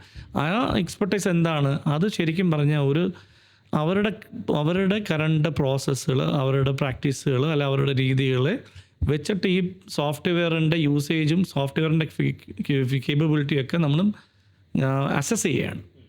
അപ്പോൾ നമുക്ക് മനസ്സിലാവുന്നതെന്ന് വെച്ചാൽ ഓക്കെ ഇന്നെന്ന കാര്യങ്ങൾ ചെയ്യാൻ ഈ സോഫ്റ്റ്വെയറിൽ പറ്റും, പക്ഷേ ഞാൻ ഇന്നെന്ന മോഡ്യൂൾസ് കാര്യങ്ങൾ യൂസ് ചെയ്യാത്തതുകൊണ്ടാണ് പറ്റാത്തത്. അപ്പോൾ അത് യൂസ് ചെയ്ത് തുടങ്ങാം. അല്ലെങ്കിൽ ഇന്നെന്ന കാര്യങ്ങൾ അവൈലബിൾ അല്ലെങ്കിൽ ആ സോഫ്റ്റ്വെയർ തന്ന വെണ്ടറിൻ്റെ അടുത്ത് അത് പറഞ്ഞ് അവരുടെ അടുത്ത് പറയും ഇതാണ് ഗ്യാപ്സ്, ഇന്ന കാര്യങ്ങൾ ഇതിനകത്ത് ചെയ്യാനുണ്ട് പറയാം. അത് ചിലപ്പോൾ ഇന്നൊരു ഇൻവെസ്റ്റ്മെൻ്റ് ആയിട്ട് വരാം, അല്ലെങ്കിൽ ഇൻവെസ്റ്റ് അല്ലാതായിട്ട് വരാം. പക്ഷേ മോസ്റ്റ് ഓഫ് ദ ടൈം ഞാൻ കണ്ടിട്ടുള്ള കാര്യം എന്ന് പറയുന്നത് സോഫ്റ്റ്വെയർ വാങ്ങിച്ചിടും, കുറച്ച് നാൾ ഉപയോഗിക്കും, പിന്നെ അത് കഴിഞ്ഞാൽ അങ്ങനെ ഒരു പ്രാക്ടീസും ഈ പ്രോസസ്സും ഒന്നും ഇല്ലാത്തതുകൊണ്ട് കുറേ നാൾ അത് ഉപയോഗിക്കാതെ കിടക്കും. എന്നിട്ട് പിന്നെ അവർക്ക് തോന്നും അതിന് വാല്യൂ ഒന്നും കിട്ടിയില്ല എന്ന് പറഞ്ഞിട്ട് അത് നിർത്തിയിട്ട് ഡിസിപ്ലിൻ ഇല്ലാത്തതാണ് മെയിൻ പ്രശ്നം. ഡിസിപ്ലിൻ ഇല്ലാത്തതൊരു പ്രശ്നമാണ്. പക്ഷേ അറ്റ് ദ സെയിം ടൈം നമുക്ക് നമ്മുടെ പ്രോസസ്സ് എങ്ങനെയാണെന്ന് അറിഞ്ഞുകൂടാ. ബേസിക്കലി ഇൻ കൺക്ലൂഷൻ ഹെൽപ്പ് ചെയ്യാൻ പറ്റുന്ന പല സാധനങ്ങളും ഉണ്ട്. അത് കറക്റ്റായിട്ട് കണ്ടുപിടിച്ച് അഡാപ്റ്റ് ചെയ്ത് കഴിഞ്ഞാൽ നിങ്ങൾക്ക് ഒരു പരിധി വരെ നിങ്ങളുടെ ബിസിനസ്സിനെ വളർത്താൻ സഹായിക്കും. അതായത് ബേസിക്കലി ഒരു പൊട്ടൻഷ്യൽ കസ്റ്റമറിനെ ഐഡൻറ്റിഫൈ ചെയ്യുന്നത് മുതൽ ആ കസ്റ്റമറിന് നമ്മൾ കൊടുക്കുന്ന സർവീസ് കൊടുത്ത് അല്ലെങ്കിൽ നമ്മൾ വിൽക്കുന്ന പ്രോഡക്റ്റ് വിറ്റതിന് ശേഷവും അതിനുശേഷവും ആ കസ്റ്റമറിനെ സപ്പോർട്ട് ചെയ്യുന്നു, ആ കസ്റ്റമറിന് അതിനുശേഷം ഒരു എക്സ്പീരിയൻസ് കൊടുക്കുന്നു. ആ എൻഡ് വരെ ആക്ച്വലി സൊല്യൂഷൻസ് ഉണ്ട്. പക്ഷേ ഈ പറഞ്ഞ പോലെ നമ്മൾ SMEസിൻ്റെ കാര്യം പറയുമ്പോൾ ക്യാപിറ്റൽ ആക്സസ് കുറവുള്ള SMEs ആണ്, അല്ലെങ്കിൽ റവന്യൂ അത്രത്തോളം ഇല്ലാത്തവരാണെങ്കിൽ അവർ വളരെ സൂക്ഷിച്ച് ഈ ആവശ്യമുള്ള കാര്യത്തിൽ ഇൻവെസ്റ്റ് ചെയ്ത് കഴിഞ്ഞാൽ അവർക്ക് അവരുടെ പ്രൊഡക്ടിവിറ്റിയും എഫിഷ്യൻസിയും കൂട്ടി അവർക്ക് പ്രോഫിറ്റും കൂട്ടാൻ പറ്റും, നല്ലൊരു കസ്റ്റമർ എക്സ്പീരിയൻസ് കൊടുക്കാൻ പറ്റും. പക്ഷേ ഇപ്പോഴും ഉള്ളൊരു സംഭവം എന്ന് പറഞ്ഞു കഴിഞ്ഞാൽ ഇതിലോട്ടൊക്കെ വരാൻ വേണ്ടിയിട്ട് ഒരു ബിസിനസ്സിന്, ഫോർ എക്സാമ്പിൾ നമ്മുടെ ബിസിനസ് തന്നെയാണെങ്കിൽ നമ്മളൊരു കൺസൾട്ടൻറ്റിനെ അല്ലെങ്കിൽ ഇതിനെ ഒന്ന് മെൻറ്റർ ചെയ്യാനോ അല്ലെങ്കിൽ ഇതിൻ്റെ ഒരു കാര്യങ്ങൾ സെറ്റ് ചെയ്യാനോ നമ്മളൊരാളെ ഹയർ ചെയ്യുമ്പോൾ ഏത് രീതിയിലായിരിക്കും ഇതിൻ്റെ ഒരു പ്രോസസ്സ് എന്തായിരിക്കും? നമ്മളിപ്പോൾ ചെയ്യുന്ന ഒരു നല്ലൊരു പെർസെൻറ്റേജ് ഓഫ് ബിസിനസ്സും സക്സസ്ഫുൾ ആയിട്ടുള്ള മോഡൽസ് ഉണ്ട്. കുറച്ച് ഡിഫറെൻ്റ് ആയിരിക്കും നമ്മൾ ചെയ്യുന്നത്. സക്സസ്ഫുൾ ആയിട്ടുള്ള മോഡൽസ് ഉണ്ടാവും. ആ സക്സസ്ഫുൾ ആയിട്ടുള്ള മോഡൽസിനെ കണ്ടുപിടിക്കുന്നതാണ്. അപ്പോൾ അതിനകത്ത് എന്ത് പ്രാക്ടീസാണ് അഡോപ്റ്റ് ചെയ്തത്, ഇതിനകത്ത് എന്ത് പ്രോസസ്സസാണ് ചെയ്തതെന്നുള്ളത് അതിനകത്തുള്ള ഒരു എക്സ്പെർട്ടൈസ്ഡ് ആയിട്ടുള്ള ഒരാൾക്ക് അയാൾക്കറിയാം. അയാൾക്ക് ബേസിക്കലി ഇത് കമ്പയർ ചെയ്ത് അസസ് ചെയ്ത് തരാൻ പറ്റും. ഒരു പ്രോസസ്സ് അല്ലെങ്കിൽ ഒരു ഓപ്പറേറ്റിംഗ് പ്രൊസീജിയർ എന്ന് പറഞ്ഞാൽ ഒരു വളരെ ഡീറ്റെയിൽഡ് ആയിട്ടുള്ള സ്റ്റെപ്സാണ്. കസ്റ്റമർ വരുന്നത് മുതൽ കസ്റ്റമർ പോകുന്നത് വരെ എല്ലാ കാര്യങ്ങളും നിങ്ങൾ സ്റ്റെപ്പ് ബൈ സ്റ്റെപ്പായിട്ട് ഡിഫൈൻ ചെയ്യുക. അതാണ് ശരിക്കും പറഞ്ഞാൽ പിന്നെ ആളുകൾ ഫോളോ ചെയ്യുന്നത്. അതാണ് റിഫൈൻ ചെയ്തുകൊണ്ടിരിക്കുന്നത്, ഫോളോ ചെയ്യുന്നത്. അത് ഫോളോ ചെയ്യാനുള്ള കേപ്പബിലിറ്റിയോ കഴിവുള്ള ആളുകളായിരിക്കും കൂടുതൽ നമ്മുടെ കൂടെ ഉണ്ടാകുന്നത്. അപ്പോൾ അവർക്ക് ശരിക്കും പറഞ്ഞാൽ അതൊരു മോണോട്ടോണസ് ആയിട്ടുള്ളൊരു പ്രോസസ്സായിരിക്കും. അപ്പോൾ ആ ഗ്രാനുലർ ലെവലിൽ ഇപ്പോൾ നമുക്ക് വളരെ ചെറിയൊരു ബിസിനസ് ആണെങ്കിൽ പോലും നമുക്ക് അറിയാം ഇത് ശരിക്കും പറഞ്ഞാൽ ആദ്യം വേണമെങ്കിൽ ആസീസ് എന്ന പ്രോസസ്സായിട്ട് എഴുതാൻ പറ്റും. ഇപ്പോഴത്തെ സിറ്റുവേഷൻ എന്താണ്, അത് തന്നെ സ്റ്റെപ്പാക്കിയാൽ തന്നെ ആദ്യത്തെ ഒരു കടമ്പ കടന്നു കഴിഞ്ഞു. ഞാനൊരു ബിസിനസ് ഓണറാണ്. ഞാൻ ബിസിനസ് ചെയ്യുമ്പോൾ എനിക്കറിയാം ഇതെങ്ങനെ ചെയ്യണമെന്ന്. അപ്പോൾ ഞാനത് നല്ല രീതിയിൽ ചെയ്യും. ഞാൻ സെർവ് ചെയ്യുമ്പോഴെല്ലാം എൻ്റെ കസ്റ്റമർ ഹാപ്പിയാണ്. പക്ഷേ അതേ സാധനം എൻ്റെ ടീമിൽ ഒരാൾ എനിക്ക് കേപ്പബിളാണെന്ന് തോന്നുന്ന ഒരാൾ ചെയ്ത് തുടങ്ങുമ്പോൾ കസ്റ്റമർ എക്സ്പീരിയൻസ് കുറയും. അത് കുറയാനുള്ള കാരണം എന്ന് വെച്ചാൽ ഞാനിത് എങ്ങനെയാണ് ചെയ്യുന്നത് അതിനെ ഞാൻ ഡിഫൈൻ ചെയ്ത് സ്റ്റെപ്പ് ബൈ സ്റ്റെപ്പായിട്ട് ഡീറ്റെയിൽ ആയിട്ട് ഡിഫൈൻ ചെയ്ത് ചെയ്ത് വെച്ചിട്ടില്ല. ഞാൻ ആ പ്രൊസീജിയേഴ്സ് ഉണ്ടാക്കാത്തതുകൊണ്ടാണ്. ഇപ്പോൾ ടീമിനകത്ത് ശരിക്കും പറഞ്ഞു കഴിഞ്ഞാൽ ഒരു 80%, ഒരു 80-20 എടുത്തു കഴിഞ്ഞാൽ 20% ആളുകൾ വളരെ എഫിഷ്യൻറ്റും പ്രൊയാക്റ്റീവും ആയിട്ടൊക്കെ ആളായിരിക്കും. അവർ ചിലപ്പോൾ നമ്മളെക്കാൾ നല്ലതുപോലെ ചാടിയൊക്കെ ചെയ്യുന്ന ആളുകളുണ്ടാവും. അതൊരു 20% പ്രതീക്ഷിച്ചാൽ മതി. ബാക്കി 80% അങ്ങനെയല്ല. അപ്പോൾ ഈ 80% കൂടെ ഇതിനകത്ത് ജോയിൻ ചെയ്ത് ഈ എഞ്ചിൻ റൺ ചെയ്താലേ ഈ ഒരു എക്സ്പീരിയൻസ് കൊണ്ടുവരാൻ പറ്റുള്ളൂ കസ്റ്റമറിന്. ഞാൻ ചെയ്തപ്പോൾ ബെസ്റ്റ് പ്രാക്ടീസ് എന്താണ്, ഞാൻ ചെയ്ത പ്രോസസ്സ് എന്താണ്, അത് തന്നെ എനിക്ക് ആദ്യം എഴുതാൻ പറ്റും. എനിക്കൊരു കൺസൾട്ടൻറ്റും എക്സ്പെർട്ടും ഇല്ലെങ്കിൽ പോലും ഞാനത് ആദ്യം എനിക്ക് എഴുതാൻ പറ്റിയാൽ തന്നെ ഞാനൊരു ഫസ്റ്റ് ഫേസ് ആയിക്കഴിഞ്ഞു. അത് കഴിഞ്ഞിട്ടാണ് പിന്നെയാണ് ബെസ്റ്റ് പ്രാക്ടീസസും ഗ്യാപ്പും എൻ്റെ ടാർഗറ്റ് അഗെയിൻസ്റ്റ് ഞാൻ എത്തുന്നുണ്ടോ ഇല്ല എന്നുള്ളതൊക്കെ പിന്നതുള്ള കാര്യങ്ങളാണ്. നമ്മളിപ്പോൾ ഒരു പ്രോസസ്സ് സെറ്റ് ചെയ്തു, അതിനെ നമ്മൾ കൃത്യമായിട്ട് റിവ്യൂ ചെയ്ത് പോവാണ്. ആ പ്രോസസ്സ് ഒരു പരാജയമാണെന്ന് മനസ്സിലാക്കി കഴിയുമ്പം എങ്ങനെയാണത് നമുക്ക് ആ റിവ്യൂ പ്രോസസ്സ് എങ്ങനെ ആയിരിക്കും എന്ന് വെച്ചാൽ ഇപ്പം ഞാൻ നേരത്തെ ജിമ്മിൽ പറഞ്ഞ പോലെ തന്നെ നമ്മൾ ജിമ്മിൽ 2 മാസം പോയപ്പോൾ നമ്മൾ ബോഡിയൊക്കെ ഇതൊക്കെ ടൈറ്റായിട്ട് വന്നു. അത് കഴിഞ്ഞ ശേഷം നമ്മൾ ബേസിക്കലി ഈ പറയുന്ന എക്സസൈസസ് കറക്റ്റായിട്ട് ചെയ്തില്ല, നമ്മൾ ജിമ്മിൽ കറക്റ്റായിട്ട് പോയില്ല എന്നുണ്ടെങ്കിൽ കുറച്ച് കഴിയുമ്പോഴത്തേക്കും അതിൻ്റെ എഫക്റ്റീവ്നെസ് ഒക്കെ പോയി. അല്ലെങ്കിൽ അതിനകത്തൊരു കോസ്റ്റ് ആസ്പെക്ട്സ് ചില എലമെൻറ്റ് കൂടുന്നുണ്ടാവും, ആ പ്രോസസ്സ് ചെയ്യുന്നുണ്ട്, അല്ലെങ്കിൽ ടൈം കൂടുന്നുണ്ടാവും, പ്രൊഡക്ടിവിറ്റി കുറയുന്നുണ്ടാവും, അങ്ങനെ പലതും ഉണ്ടാവും. അത് ആക്ച്വലി കണ്ടിന്യൂസ് ആയിട്ട് തന്നെ മോണിറ്റർ ചെയ്തുകൊണ്ട് പോകണം. അത് കണ്ടിന്യൂസ് ആയിട്ട് മോണിറ്റർ ചെയ്യാനുള്ള മെക്കാനിസം ഈ പ്രോസസ്സിനകത്ത് തന്നെ ഉണ്ടാവണം. വളരെ ആത്മാർത്ഥമായിട്ട് കൊണ്ടുപോകുന്ന ബിസിനസ് ആയിരിക്കാം. പക്ഷെ മുന്നോട്ട് പോകുമ്പോൾ അത് തകരുകയാണെന്ന് മനസ്സിലായാലും നമ്മൾ പിടിച്ചു നിൽക്കും. ഇതെൻ്റെ മാനസികമായി ഞാൻ ഒത്തിരി അറ്റാച്ച്മെൻറ്റ് വന്നു പോയി എന്നുള്ള രീതിയിൽ ഇതിൻ്റെ തകർച്ച ഒരു പ്രശ്നമല്ല, ഞാൻ തിരിച്ചു കൊണ്ടുവരുന്നുള്ളൊരു ശുഭാപ്തി വിശ്വാസത്തിൽ നമ്മൾ മുന്നോട്ട് പോകുമായിരിക്കും. ഇത് ഏത് പോയിന്റിലായിരിക്കും ഈ സാധനം മനസ്സിലാക്കി കഴിഞ്ഞാൽ ഇതിന്ന് എക്സിറ്റ് ചെയ്യാന്നുള്ളൊരു ഒരു ചടങ്ങുണ്ടല്ലോ. അതിന് ആക്ച്വലി കെന്നി റോജേഴ്സ് എന്ന് പറഞ്ഞൊരു പാട്ടുകാരൻ്റെ ഏറ്റവും വലിയ ഫേമസ് ലൈൻസ് ഉണ്ട്. You need to know when to play, know when to fold. ഈ നിർത്തുക എന്ന് പറയുന്നതിന് മുമ്പേ നമ്മൾ ആലോചിക്കേണ്ട കാര്യം ഇതുകൊണ്ടാണ് ഞാൻ വീണ്ടും ആ ടോപ്പ് ഡൗൺ അപ്രോച്ച് പറയുന്നത്. അതായത് ഈ ബിസിനസ് ചെയ്യുന്നത് നിങ്ങൾ എന്തിനു വേണ്ടിയാണെന്നുള്ളതാണ് ആദ്യത്തെ ചോദ്യം. അപ്പോൾ നമ്മൾ ഇപ്പോൾ വെൽത്ത് ഉണ്ടാക്കുക എന്നാണ് ഗോളെങ്കിൽ ഈ ബിസിനസ് ബേസിക്കലി ആ വെൽത്തോ ആ പ്രോഫിറ്റോ ഉണ്ടാക്കുന്നില്ല. അത് ഇങ്ങനെ ലോസസിൽ തന്നെ പൊയ്ക്കൊണ്ടിരിക്കുകയാണ്. നിങ്ങൾ പക്ഷേ അതിനകത്തൊന്നും ചേഞ്ച് ചെയ്യുന്നില്ല, ഒരേ രീതിയിൽ തന്നെ പൊയ്ക്കൊണ്ടിരിക്കുകയാണെന്നുണ്ടെങ്കിൽ അതൊരു സിഗ്നലാണ് നിങ്ങൾ അതിനെക്കുറിച്ച് റീതിങ്ക് ചെയ്യേണ്ടത്. നമ്മളിപ്പോൾ ഒരു ബിസിനസ് തുടങ്ങി ഒരു 3 years ബിസിനസ് ഒരു 3 years ഇല്ലെങ്കിലും ബ്രേക്ക് ഈവൺ ആയിക്കഴിഞ്ഞാൽ 3 to 4 years ബ്രേക്ക് ഈവൺ ആയിക്കഴിഞ്ഞാൽ ചിലതിന് ബ്രേക്ക് ഈവൺ ടൈം കൂടുതലായിരിക്കും. ഇപ്പോൾ കുറച്ച് വലിയ ഇൻവെസ്റ്റ്മെൻറ്റ്സ് ഉള്ള ഒരു ലോങ് ടേം റിട്ടേൺസ് വരുന്ന പ്രോജക്ട്സ് ഒക്കെ ആണെങ്കിൽ കുറേ കൂടുതലായിരിക്കും. അപ്പോൾ ഇതെല്ലാം ശരിക്കും നമ്മുടെ ക്യാഷ് ഫ്ലോ ഡിപ്പെൻഡാണ്. ഒരുപാട് കടമെടുത്ത് ഒരു പരുവത്തിൽ നിന്ന് നിൽക്കുകയാണ്. നമ്മുടെ ക്യാഷ് ഫ്ലോ ഇതാണ്. നമുക്ക് ലാഭം ഉണ്ടാക്കാൻ പറ്റുന്നില്ല, നമുക്ക് നമ്മുടെ കടങ്ങൾ റീപേ ചെയ്യാൻ പറ്റുന്നില്ല, അല്ലെങ്കിൽ നമുക്ക് ആരെങ്കിലും ഇൻവെസ്റ്റർ ഉണ്ടെങ്കിൽ ഇൻവെസ്റ്ററിന് റിട്ടേൺസ് കൊടുക്കാൻ പറ്റുന്നില്ല എന്നുള്ളൊരു സിറ്റുവേഷൻ വരേക്ക് എത്തി നിൽക്കുകയാണെങ്കിൽ ഡെഫിനറ്റ്ലി നമ്മൾ ചിന്തിക്കേണ്ട കാര്യമാണ്. പക്ഷേ ചിലപ്പോൾ ആ സിനാരിയിൽ നമുക്ക് വൈൻഡപ്പ് ചെയ്യാൻ പറ്റിയെന്ന് വരില്ല. കാരണം നമ്മൾ ഫോഴ്സ്ഡ് ആയിരിക്കും നമ്മുടെ ലയബിലിറ്റീസ് കാരണം. അപ്പം നമുക്കത് മാറ്റി ചിന്തിക്കാൻ മാത്രമേ പറ്റുള്ളൂ. ചില ബിസിനസ്സുകാർക്ക് അറിയാം നമ്മൾ 5 വർഷം വരെ ഇൻവെസ്റ്റ് ചെയ്യുകയാണെങ്കിൽ ആണ് ഇതിനകത്ത് റിട്ടേൺസ് വന്നത്. അങ്ങനത്തെ ബിസിനസ്സുകളുണ്ട് 3 വർഷം 5 വർഷമൊക്കെ ഇൻവെസ്റ്റ്. അത് പക്ഷേ അത്രയും നാളത്തെ ഇൻവെസ്റ്റ്മെൻറ്റുമായിട്ട് വന്ന ആ ഇൻവെസ്റ്റ്മെൻറ്റ് വെച്ചൊരു പ്ലാനിൽ പോകുന്ന ആളായിരിക്കും. അപ്പോൾ അതിനകത്ത് വലിയ ലയബിലിറ്റീസും വലിയ ഇതും ഇല്ലെന്നുണ്ടെങ്കിൽ പ്രോഫിറ്റ്സ് ജനറേറ്റ് ചെയ്തില്ലെങ്കിൽ പോലും ക്യാഷ് ഫ്ലോ പ്രോപ്പറായിട്ട് മെയിൻറ്റെയിൻ ചെയ്ത് പോവുകയാണെങ്കിൽ 5 വർഷം കഴിഞ്ഞിട്ട് റിട്ടേൺസ് വരും എന്നുള്ളൊരിതിൽ ചെയ്യാൻ പറ്റും. ഒരു നല്ലൊരു പെർസെൻറ്റേജ് സ്മോൾ ബിസിനസ്സസും ഇങ്ങനെ ഒന്നും ആലോചിക്കാതെ പ്ലാൻ ചെയ്യാതെ സ്റ്റാർട്ട് ചെയ്യുന്നതാണ്. ക്യാഷ് ഫ്ലോ ഉണ്ടാവില്ല, ഡ്രൈ ആവും, പിന്നെ അവർ കടമെടുത്ത് തുടങ്ങും. പിന്നെ ഈ പറഞ്ഞ പോലെ ബിസിനസ്സിനെ ഒരിക്കലും പേഴ്സണലായിട്ട് കാണരുത്. ഓക്കെ, പാഷൻ ഉള്ള ശരിയാണ്, പാഷനായിട്ട് ആയിരിക്കണം, പാഷനിലാണ് നമ്മൾ എൻജോയ് ചെയ്യുന്നത്. പക്ഷേ നമ്മൾ ബിസിനസ്സിൽ കുറച്ചുകൂടെ റാഷണലായിട്ട് ചിന്തിക്കണം, ഒരുപാട് പേഴ്സണലി എടുക്കരുത്. നമ്മളിപ്പോൾ ഒരു ബിസിനസ് എടുത്ത് മുന്നോട്ട് പോവുകയാണ്, അത് അത്യാവശ്യം നന്നായിട്ട് ഓടുന്നുണ്ട്. പക്ഷേ നമുക്കൊരു സ്റ്റേജ് എത്തി, ഇനിയൊരു ഇൻവെസ്റ്ററെ നമുക്ക് ആവശ്യമാണ്, അല്ലെങ്കിൽ ഇനി അത് അധികം ഫണ്ട് വേണം നമുക്ക് അടുത്ത സ്റ്റേജിലോട്ട് കൊണ്ടുപോകാൻ എന്നുള്ള സ്റ്റേജ്. അപ്പോൾ ഒരു ഇൻവെസ്റ്ററിൻ്റെ അത്യാവശ്യം എന്താണ്, ഒരു ഇൻവെസ്റ്ററിനെ എപ്പോഴാണ് കണ്ടുപിടിക്കേണ്ടത്? ചിലപ്പം നമ്മളൊരു ബിസിനസ് ഒരു ഐഡിയ സ്റ്റേജിൽ ബിസിനസ് നിൽക്കുന്ന ഒരു ഐഡിയ സ്റ്റേജിൽ തന്നെ ഐഡിയ വെച്ചിട്ട് ഐഡിയ കൊള്ളാമെങ്കിൽ തന്നെ നമ്മൾ അപ്പോഴേ തന്നെ ഇൻവെസ്റ്റേഴ്സിനെ കൊണ്ട് ഇൻവെസ്റ്റ് ചെയ്യിച്ചാണ് വരുന്നത്. അത് ശരിക്കും പറഞ്ഞാൽ നമ്മൾ തന്നെ ബൂട്ട് സ്ട്രാപ്പിംഗ് പറയും, നമ്മൾ തന്നെ പൈസ ഇടുന്നു. പല ബിസിനസ്സുകളും പ്രത്യേകിച്ച് ഈ ഒരു സ്മോൾ ആൻഡ് മീഡിയം സെഗ്മെൻറ്റിൽ കേരളത്തിൽ കോണ്ടെക്സ്റ്റ് നോക്കിക്കഴിഞ്ഞാൽ ഇൻവെസ്റ്റ്മെൻറ്റ് വേണ്ട ഒരു സ്റ്റേജ് എന്ന് പറയുന്നത് അവർക്ക് സ്കെയിൽ ചെയ്യുമ്പോഴാണ്. അപ്പോൾ ഇത് ശരിക്കും അവർ പ്ലാൻ ചെയ്യുന്നതല്ല, പക്ഷേ അവർ ആ സ്റ്റേജ് എത്തുമ്പോഴത്തേക്കും പൈസ ഇല്ലാതെ ആകുമ്പോൾ, ക്യാപിറ്റൽ ഇല്ലാതെ ആകുമ്പോൾ, അല്ലെങ്കിൽ ഇനി അങ്ങോട്ട് റേസ് ചെയ്യാൻ ക്യാപിറ്റൽ ഇല്ലാതെ ആകുമ്പോഴത്തേക്കും ക്യാപിറ്റൽ റേസ് ചെയ്യാൻ വേണ്ടി ഇറങ്ങുന്നതാണ്. പലപ്പോഴും ആ സാഹചര്യം അനുസരിച്ച് പോകുന്നതാണ്. നമ്മൾ ശരിക്കും ആദ്യം ഫോക്കസ് ചെയ്യേണ്ട റവന്യൂലാണ്, ഇൻവെസ്റ്റ്മെൻ്റ് അല്ല. പേയിങ് കസ്റ്റമർ, കാശ് കൊടുത്ത് മേടിക്കുന്ന പേയിങ് കസ്റ്റമർ. ബേസിക്കലി എൻ്റെ ഒരു അനുഭവത്തിൽ എനിക്കും പേഴ്സണലി ഉണ്ടായ അനുഭവമാണ്. നമ്മൾ വിറ്റ പ്രോഡക്റ്റ് കസ്റ്റമേഴ്സ് ഫ്രീ ആയിട്ട് ഉപയോഗിച്ച് തുടങ്ങി, പക്ഷേ അത് കാശ് ചോദിച്ചപ്പോൾ അവർ കാശ് തന്നില്ല. കാരണം അതൊരു കസ്റ്റമറിൻ്റെ ആവശ്യമല്ലായിരുന്നു, നെസസിറ്റി അല്ലായിരുന്നു. കസ്റ്റമറിന് ആവശ്യമുള്ള സ്ഥലത്തെ കസ്റ്റമർ പൈസ ഇടുകയുള്ളൂ. എന്തെങ്കിലും രീതിയിലുള്ള ഗുണം ഉണ്ടാവണമല്ലോ കസ്റ്റമറിന്. ഒന്നെങ്കിൽ കസ്റ്റമറിൻ്റെ സെയിൽസ് കൂട്ടാൻ പറ്റണം, അല്ലെങ്കിൽ കസ്റ്റമറിൻ്റെ ഒപ്റ്റിമൈസേഷനോ കോസ്റ്റ് കൺട്രോൾ ചെയ്യണം, അല്ലെങ്കിൽ കംപ്ലയൻസ്, ഇങ്ങനെയുള്ള എന്തെങ്കിലും ഒരു 3-4 ആസ്പെക്ട്സിലാണ് കസ്റ്റമർ എപ്പോഴും പൈ ചെയ്യുന്നത്. അല്ലെങ്കിൽ കസ്റ്റമറിൻ്റെ ഒരു എക്സ്പീരിയൻസോ ലക്ഷറിയോ ആയിരിക്കാം. അപ്പം നമുക്ക് ശരിക്കും പറഞ്ഞാൽ നല്ല റവന്യൂ ക്ലോക്ക് ചെയ്ത് നല്ല കസ്റ്റമേഴ്സിനെ ക്ലോക്ക് ചെയ്യാൻ പറ്റി. പ്രോഫിറ്റ് ശരിക്കും പറഞ്ഞാൽ നമ്മൾ ഉദ്ദേശിച്ചത്ര എത്തിയില്ലെങ്കിൽ പോലും ശരിക്കും പറഞ്ഞാൽ നമുക്ക് ഒരു സ്റ്റേജ് എത്തുമ്പോൾ സ്കെയിൽ ചെയ്യാൻ വേണ്ടി ക്യാപിറ്റൽ വേണ്ടി വരുമ്പോഴത്തേക്കും നമ്മളത് പ്ലാൻ ചെയ്യുകയാണെങ്കിൽ നമുക്ക് ഇൻവെസ്റ്റ്മെൻറ്റ്സ് റേസ് ചെയ്യാൻ പോകാൻ പറ്റും. അങ്ങനെ നമ്മൾ ഇൻവെസ്റ്റ്മെൻറ്റ് റേസ് ചെയ്യാൻ പോകുമ്പോഴത്തേക്കും നമ്മൾ കുറച്ചും കൂടെ സ്ട്രോങ് ആയിരിക്കും നമ്മുടെ കേസ്. പക്ഷേ കേരളത്തിൽ കുറച്ച് നല്ലൊരു ശതമാനം ബിസിനസ്സുകാരിലും പലതിലും നമ്മൾ കണ്ടിട്ടുള്ള വരുന്ന ഒരു പ്രവണത, ഞാൻ കണ്ടിട്ടുള്ള ഒരു പ്രവണത എന്ന് വെച്ചാൽ ബാലൻസ് ഷീറ്റിൽ നിന്നും പ്രോഫിറ്റ് കാണിക്കത്തില്ല. അപ്പം പ്രോഫിറ്റ് ഉണ്ടെങ്കിൽ പോലും പ്രോഫിറ്റ് കാണിക്കാതെ ടാക്സിൻ്റെ ഇതൊക്കെ ചെയ്തിട്ട് ടാക്സിൻ്റെ പേടിച്ചിട്ട് പ്രോഫിറ്റ് കാണിക്കാതെ നിൽക്കുന്ന സിറ്റുവേഷൻസ് ഉണ്ടാവാറുണ്ട്. അപ്പോൾ അങ്ങനെ വരുമ്പോൾ ശരിക്കും പറഞ്ഞാൽ ഒരു ഇൻവെസ്റ്റർ വരുമ്പം ഇൻവെസ്റ്റർ ആക്ച്വലി ഒരു ഫിനാൻഷ്യൽ ലെവലിൽ ഒരു ഡ്യൂ ഡിലിജൻസ് ചെയ്യുമ്പോൾ ഇൻവെസ്റ്റർ ശരിക്കും എപ്പോഴും ഇൻവെസ്റ്റ് ചെയ്യുന്നത് ഒരു ക്യാഷ് പോസിറ്റീവ് ആയിട്ടിരിക്കുന്ന കമ്പനിയിലാണ് അവർക്ക് കൂടുതൽ താല്പര്യം ഉണ്ടാവും.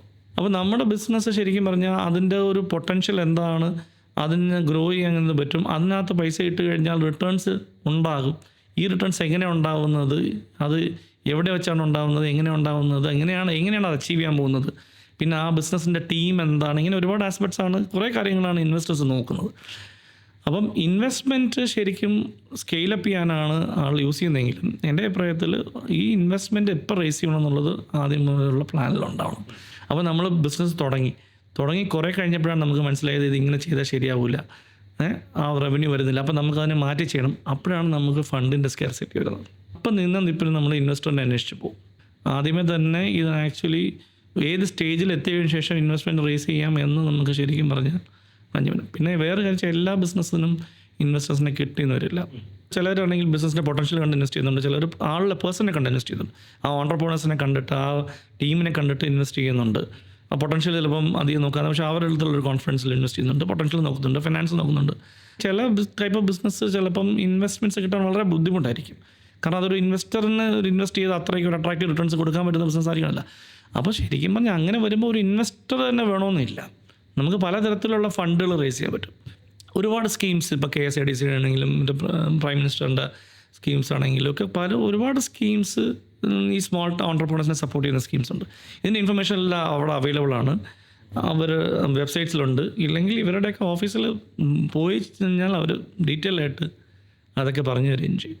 പിന്നെ കൊളാട്രൽസ് ഉണ്ടെങ്കിലും കൊളാട്രൽ വെച്ചിട്ടുള്ള ഫണ്ട് എടുക്കുന്നതൊക്കെ ഉണ്ട്. അതൊക്കെ കുറച്ചുകൂടി റിസ്ക് കൂടുതലാണ്, പക്ഷേ കാൽക്കുലേറ്റഡ് ആയിട്ട് ചെയ്ത് കഴിഞ്ഞാൽ അതൊരു അപ്പോൾ അങ്ങനെയും നമുക്ക് ഫണ്ട് റേസ് എക്സ്ട്രാ ഉള്ള ഒരു ഇൻവെസ്റ്ററിനെ വേണമെന്നില്ല. പക്ഷേ ഈ പറയുന്നത് പോലെ when you do business do with someone else money എന്ന് പറയും, മറ്റുള്ളവരുടെ പൈസ വെച്ച് ബിസിനസ് ചെയ്യുക എന്ന് പറയും. പക്ഷേ ഞാനതൊരു 100% ഒന്നും ഞാൻ അതിനോട് ഇത് ചെയ്യുന്നില്ല. ബട്ട് സ്റ്റിൽ മറ്റവരുടെ പൈസയാണെങ്കിലും നമ്മളതിന് ഉത്തരവാദിത്തമുള്ള ആളാണ്. ഫണ്ട് ഉള്ളവർ ഇൻവെസ്റ്റ് ചെയ്യാൻ താല്പര്യമുള്ള ആയിട്ടുള്ള ഇൻവെസ്റ്റേഴ്സ് ഒരുപാട് നമ്മുടെ നാട്ടിൽ നമ്മുടെ രാജ്യത്തുണ്ട്. അവർക്ക് കറക്റ്റ് സാധനം അവരുടെ മുമ്പിൽ കൊടുത്ത് അവരെ കണക്ട് ചെയ്ത് കൊണ്ടുകൊടുക്കാൻ പറ്റിയ പൊട്ടൻഷ്യലുള്ള സാധനമാണെങ്കിൽ അങ്ങനെയുള്ള ഇൻവെസ്റ്റ്മെൻറ്റ് റേസ് ചെയ്യാൻ പറ്റും. പക്ഷേ കുറേ ബിസിനസ്സിന് റേസ് ചെയ്യാൻ പറ്റിയെന്നും വരില്ല. ഒരു കണക്കിന് നോക്കിക്കഴിഞ്ഞാൽ ഒത്തിരി ബിസിനസ് ഫ്രണ്ട്ലി ആയിക്കൊണ്ടിരിക്കുകയാണ് നമ്മുടെ നാട്. എസ്പെഷ്യലി ഇപ്പം കേരളത്തിനെ സംബന്ധിച്ച് ഇപ്പോൾ ട്രിവാൻഡ്രം, സാധാരണ കൊച്ചി ആയിരുന്നു കുറച്ചുകൂടെ ഒരു ബിസിനസ്സും അതുമായിട്ട് റിലേറ്റ് ചെയ്യുന്നത്. പക്ഷേ ഇപ്പോൾ ട്രിവാൻഡ്രം അതിനനുസരിച്ച് നല്ല രീതിക്ക് വളർന്നു വരുന്നുണ്ട്. അപ്പം നമ്മുടെ ട്രിവാൻഡ്രത്തിൻ്റെ ഒരു കാര്യം നോക്കുകയാണെങ്കിൽ ഇവിടുത്തെ ഒരു ഫ്യൂച്ചർ ബിസിനസ്സിനെ സംബന്ധിച്ച് ഇവിടുത്തെ ഒരു ഫ്യൂച്ചർ എങ്ങനെയായിരിക്കും? കേരളം ശരിക്കും പറഞ്ഞാൽ ഇപ്പം ഈ ഇടയ്ക്കൊക്കെ നമുക്കറിയാലോ, ഈസ് ഓഫ് ബിസിനസ്സിലൊക്കെ കേരളം വളരെ ടോപ്പ് ലെവലിലൊക്കെ വളരെ ആ ലിസ്റ്റിലൊക്കെ വളരെ മുകളിലെത്തിയിട്ടുണ്ട്. ഇപ്പം ട്രിവാൻഡ്രം എന്ന് പറഞ്ഞാൽ ശരിക്കും പറഞ്ഞാൽ ട്രിവാൻഡ്രം ഒരു ഇപ്പോൾ കൊച്ചി ഒരു കാലിക്കട്ടൊക്കെ വെച്ച് അപേക്ഷിച്ച് നോക്കുമ്പോഴത്തേക്കും ഒരു എന്താ പറയുക ബിസിനസ് അക്യുമെൻസ് പണ്ട് മുതലേ അല്ലെങ്കിൽ അങ്ങനെ ഒരു ലെഗസി ഒരു ജീനുള്ള ഒരു സ്ഥലമല്ല. അപ്പോൾ അത് ശരിക്കും പറഞ്ഞാൽ ഒരുപാട് ഗവൺമെൻറ് ഒഫീഷ്യൽസ് ഒരുപാടുണ്ടായിരുന്നു. ഇപ്പോൾ നമ്മുടെയൊക്കെ ആണെങ്കിലും പാരൻസൊക്കെ ഗവൺമെൻറ് ഒഫീഷ്യൽസ് ആയിരുന്നു എൻ്റെയൊക്കെ ആണെങ്കിലും. അങ്ങനെ അതിൽ നിന്ന് വന്ന ഓരോരുടെ ഓൺടർപ്രണേഴ്സുള്ള സ്ഥലമാണ്. പക്ഷേ ഇപ്പം ഒരുപാട് ട്രിവാൻഡ്രം മാറിയിട്ടുണ്ട്. ട്രിവാൻഡ്രം ശരിക്കും പറഞ്ഞാൽ ജോഗ്രഫിക്കലി തന്നെ ട്രിവാൻഡ്രം നല്ലൊരു പ്ലേസിലാണ് ഇരിക്കുന്നത്. ശരിക്കും പറഞ്ഞു കഴിഞ്ഞാൽ ഇപ്പം നമുക്ക് ഒരുപാട് കഷ്ടപ്പാടുകൾ കേരളത്തിൽ ഒരുപാട് കഷ്ടങ്ങളുണ്ടായിട്ടുണ്ട്. പക്ഷേ സത്യം പറഞ്ഞാൽ പ്രകൃതിപരമായ കഷ്ടങ്ങളൊന്നും ദൈവം സഹായിച്ച് ടച്ച് കൊടുക്കുന്ന ഇപ്പോഴും തിരുവനന്തപുരത്തിനെ അങ്ങനെ വലിയ കാര്യമായിട്ട് ഹിറ്റ് ചെയ്തിട്ടില്ല. പിന്നെ തിരുവനന്തപുരത്തിലെ ഒരു ഇതെന്ന് പറയുന്നത് ട്രിവാൻഡ്രത്തിൻ്റെ കോസ്റ്റ് ഓഫ് ലിവിങ് കമ്പാരിറ്റീവ്ലി വളരെ കുറവാണ്. കോസ്റ്റ് ഓഫ് ഓപ്പറേഷൻസ് കുറവാണ് ട്രിവാൻഡ്രത്ത്. നമുക്ക് ഇപ്പം ഒരു ബിസിനസ് സെറ്റ് ചെയ്യുന്നത് അതുകൊണ്ടാണ് ഇപ്പോൾ വിദേശത്തു നിന്നുള്ള ഒരുപാട് കമ്പനികൾ ഇപ്പം വന്ന് ഇൻവെസ്റ്റ് ചെയ്യുന്നുണ്ട്, ഇവിടെ വന്ന് അവരുടെ സെൻറ്റേഴ്സ് തുടങ്ങുന്നുണ്ട്. കാരണം കോസ്റ്റ് എഫക്റ്റീവ് ആയിട്ടുള്ള റിസോഴ്സസിനെ കിട്ടുന്നുണ്ട്.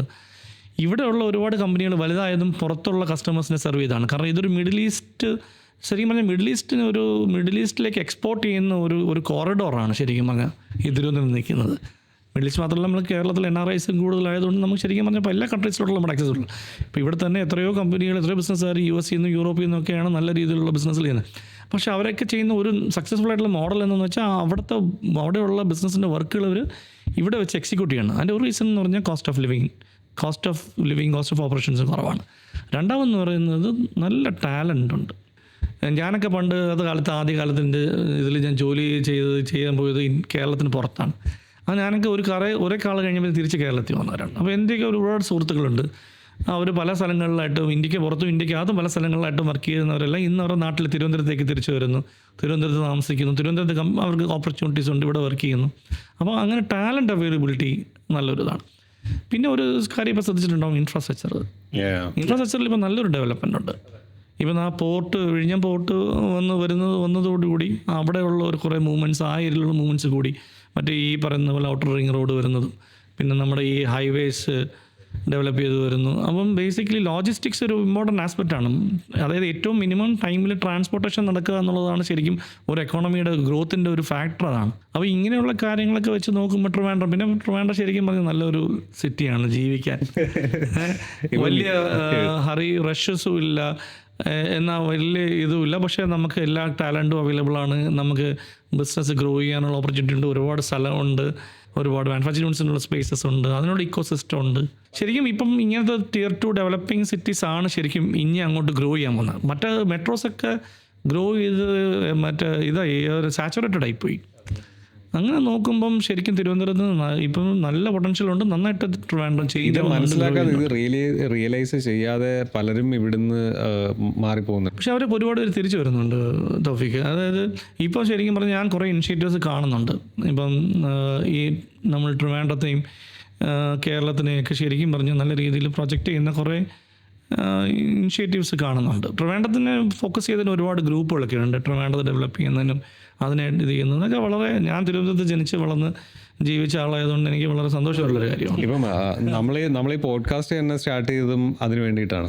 ട്രിവാൻഡ്രത്തുള്ള ആൾക്കാർക്ക് ഒരു ബിസിനസ്സിനെ പറ്റി കുറച്ചുകൂടി ഒരു നോളജ് പകർന്നു കൊടുക്കുക എന്നുള്ളൊരു ഉദ്ദേശമാണ്. ഈ ഇവിടുന്ന് പോവാതെ ഇവിടെ തന്നെ ബിസിനസ് ചെയ്യാനുള്ളൊരു അവസരം. ഇപ്പം എനിക്കറിയാവുന്ന എന്നെ പോലെ തന്നെ പല സ്ഥലങ്ങളിലും പല കോർപ്പറേറ്റ്സിലൊക്കെ പല ബിസിനസ്സുകളിലൊക്കെ വർക്ക് ചെയ്തിട്ട് വന്ന് ഒരുപാട് പേര് ഇപ്പം തിരുവനന്തപുരത്തേക്ക് തിരിച്ചു വന്നിട്ടുണ്ട്. അവരിൽ പലരും ശരിക്കും കേരളത്തിലുള്ള ബിസിനസ്സുകാരെ, പ്രത്യേകിച്ച് ഈ സ്മോൾ ആൻഡ് മീഡിയം എൻ്റർപ്രൈസസിനെ എങ്ങനെ വളർത്താൻ സഹായിക്കാം. കാരണം അവരൊക്കെ ഒരുപാട് നോളജും എക്സ്പീരിയൻസൊക്കെ അപ്ലൈ ചെയ്യാനൊക്കെ വില്ലിങ് ആയിട്ട് അതൊരു സർവീസായിട്ട് വരെ ചെയ്യാൻ നിൽക്കുന്ന ആളുകളുണ്ട്. അത് ശരിക്കും ചെയ്ത ആളുകളാണ്. അപ്പോൾ അവർക്കത് റെപ്ലിക്കേറ്റ് ചെയ്യാൻ അറിയാവുന്ന ആളിപ്പം ഞാൻ തന്നെ വർക്ക് ചെയ്യുന്ന എൻ്റെ ബിസിനസ്സിൽ തന്നെ, എൻ്റെ കമ്പനിയിൽ തന്നെ സത്യം പറഞ്ഞാൽ എൻ്റെ കൂടെ തന്നെ അങ്ങനത്തെ ഒരു നെറ്റ്വർക്കുണ്ട്. അവർക്ക് ജെന്യുവൻലി എൻ്റെ ആണെങ്കിലും അവരുടെ ആണെങ്കിലും ഒക്കെ ജെന്യുവൻ ഒബ്ജക്റ്റീവ് എന്ന് പറയുന്നത് ചെറിയ ബിസിനസ്സുകൾ, ഈ പറയുന്ന ഒരു സ്മോൾ ഒരു മീഡിയം എൻ്റർപ്രൈസസ് വളരണം. അത് വളരാൻ വേണ്ടി ഉള്ള എക്സ്പോഷറും നമ്മൾ മലയാളികൾ അച്ചീവ് ചെയ്ത് കഴിഞ്ഞു. നമ്മൾ തന്നെ പല വലിയ ബിസിനസ്സുകളുടെ തലപ്പത്തിരിക്കുകയാണ്. നമ്മൾ അവിടെ വലിയ ലീഡർഷിപ്പ് പൊസിഷൻസിലും വലിയ റോൾസും ചെയ്ത് നല്ല കാര്യങ്ങൾ ചെയ്തിട്ടുള്ള ആളുകളുണ്ട്. അവരിൽ ഒരുപാട് പേരൊക്കെ തിരിച്ചു വരുന്നുണ്ട്. അതെ, നമ്മളിപ്പം ഇത്രയും നേരം സംസാരിച്ചതിൽ ഒത്തിരി കാര്യങ്ങൾ അതിനെപ്പറ്റി, അതിൻ്റെ ഒരു ഒരു ബിസിനസ് നല്ല രീതിക്ക് വളരാൻ സപ്പോർട്ട് ചെയ്യുന്ന ഒരുപാട് കാര്യങ്ങൾ നമ്മളിവിടെ ചർച്ച ചെയ്തു. അപ്പോൾ ഒരുപാട് കാര്യങ്ങൾ നമുക്ക് പറഞ്ഞു തന്നു. നമ്മുടെ ബിസിനസ്സിന് വേണ്ടി ഉൾക്കൊള്ളാൻ പറ്റുന്ന ഒത്തിരി കാര്യങ്ങൾ ഇതിനകത്ത് കിട്ടി. അതുപോലെ തന്നെ നമ്മൾ കേട്ടുകൊണ്ടിരിക്കുന്നവർക്കും കണ്ടവർക്കും കാണുന്നവർക്കുമായിട്ട് ഒരുപാട് കാര്യങ്ങൾ നമ്മൾ ഷെയർ ചെയ്യാനും പറ്റി. Firoz Kha, thank you so much. എന്നെ ഇതിനെ വിളിച്ചതിനും നമുക്കിത് ഡിസ്കസ് ചെയ്യാൻ പറ്റിയത് തന്നെ എനിക്കൊരു വളരെ സന്തോഷകരമായ കാര്യമാണ്. അപ്പോൾ thank you so much. Thank you.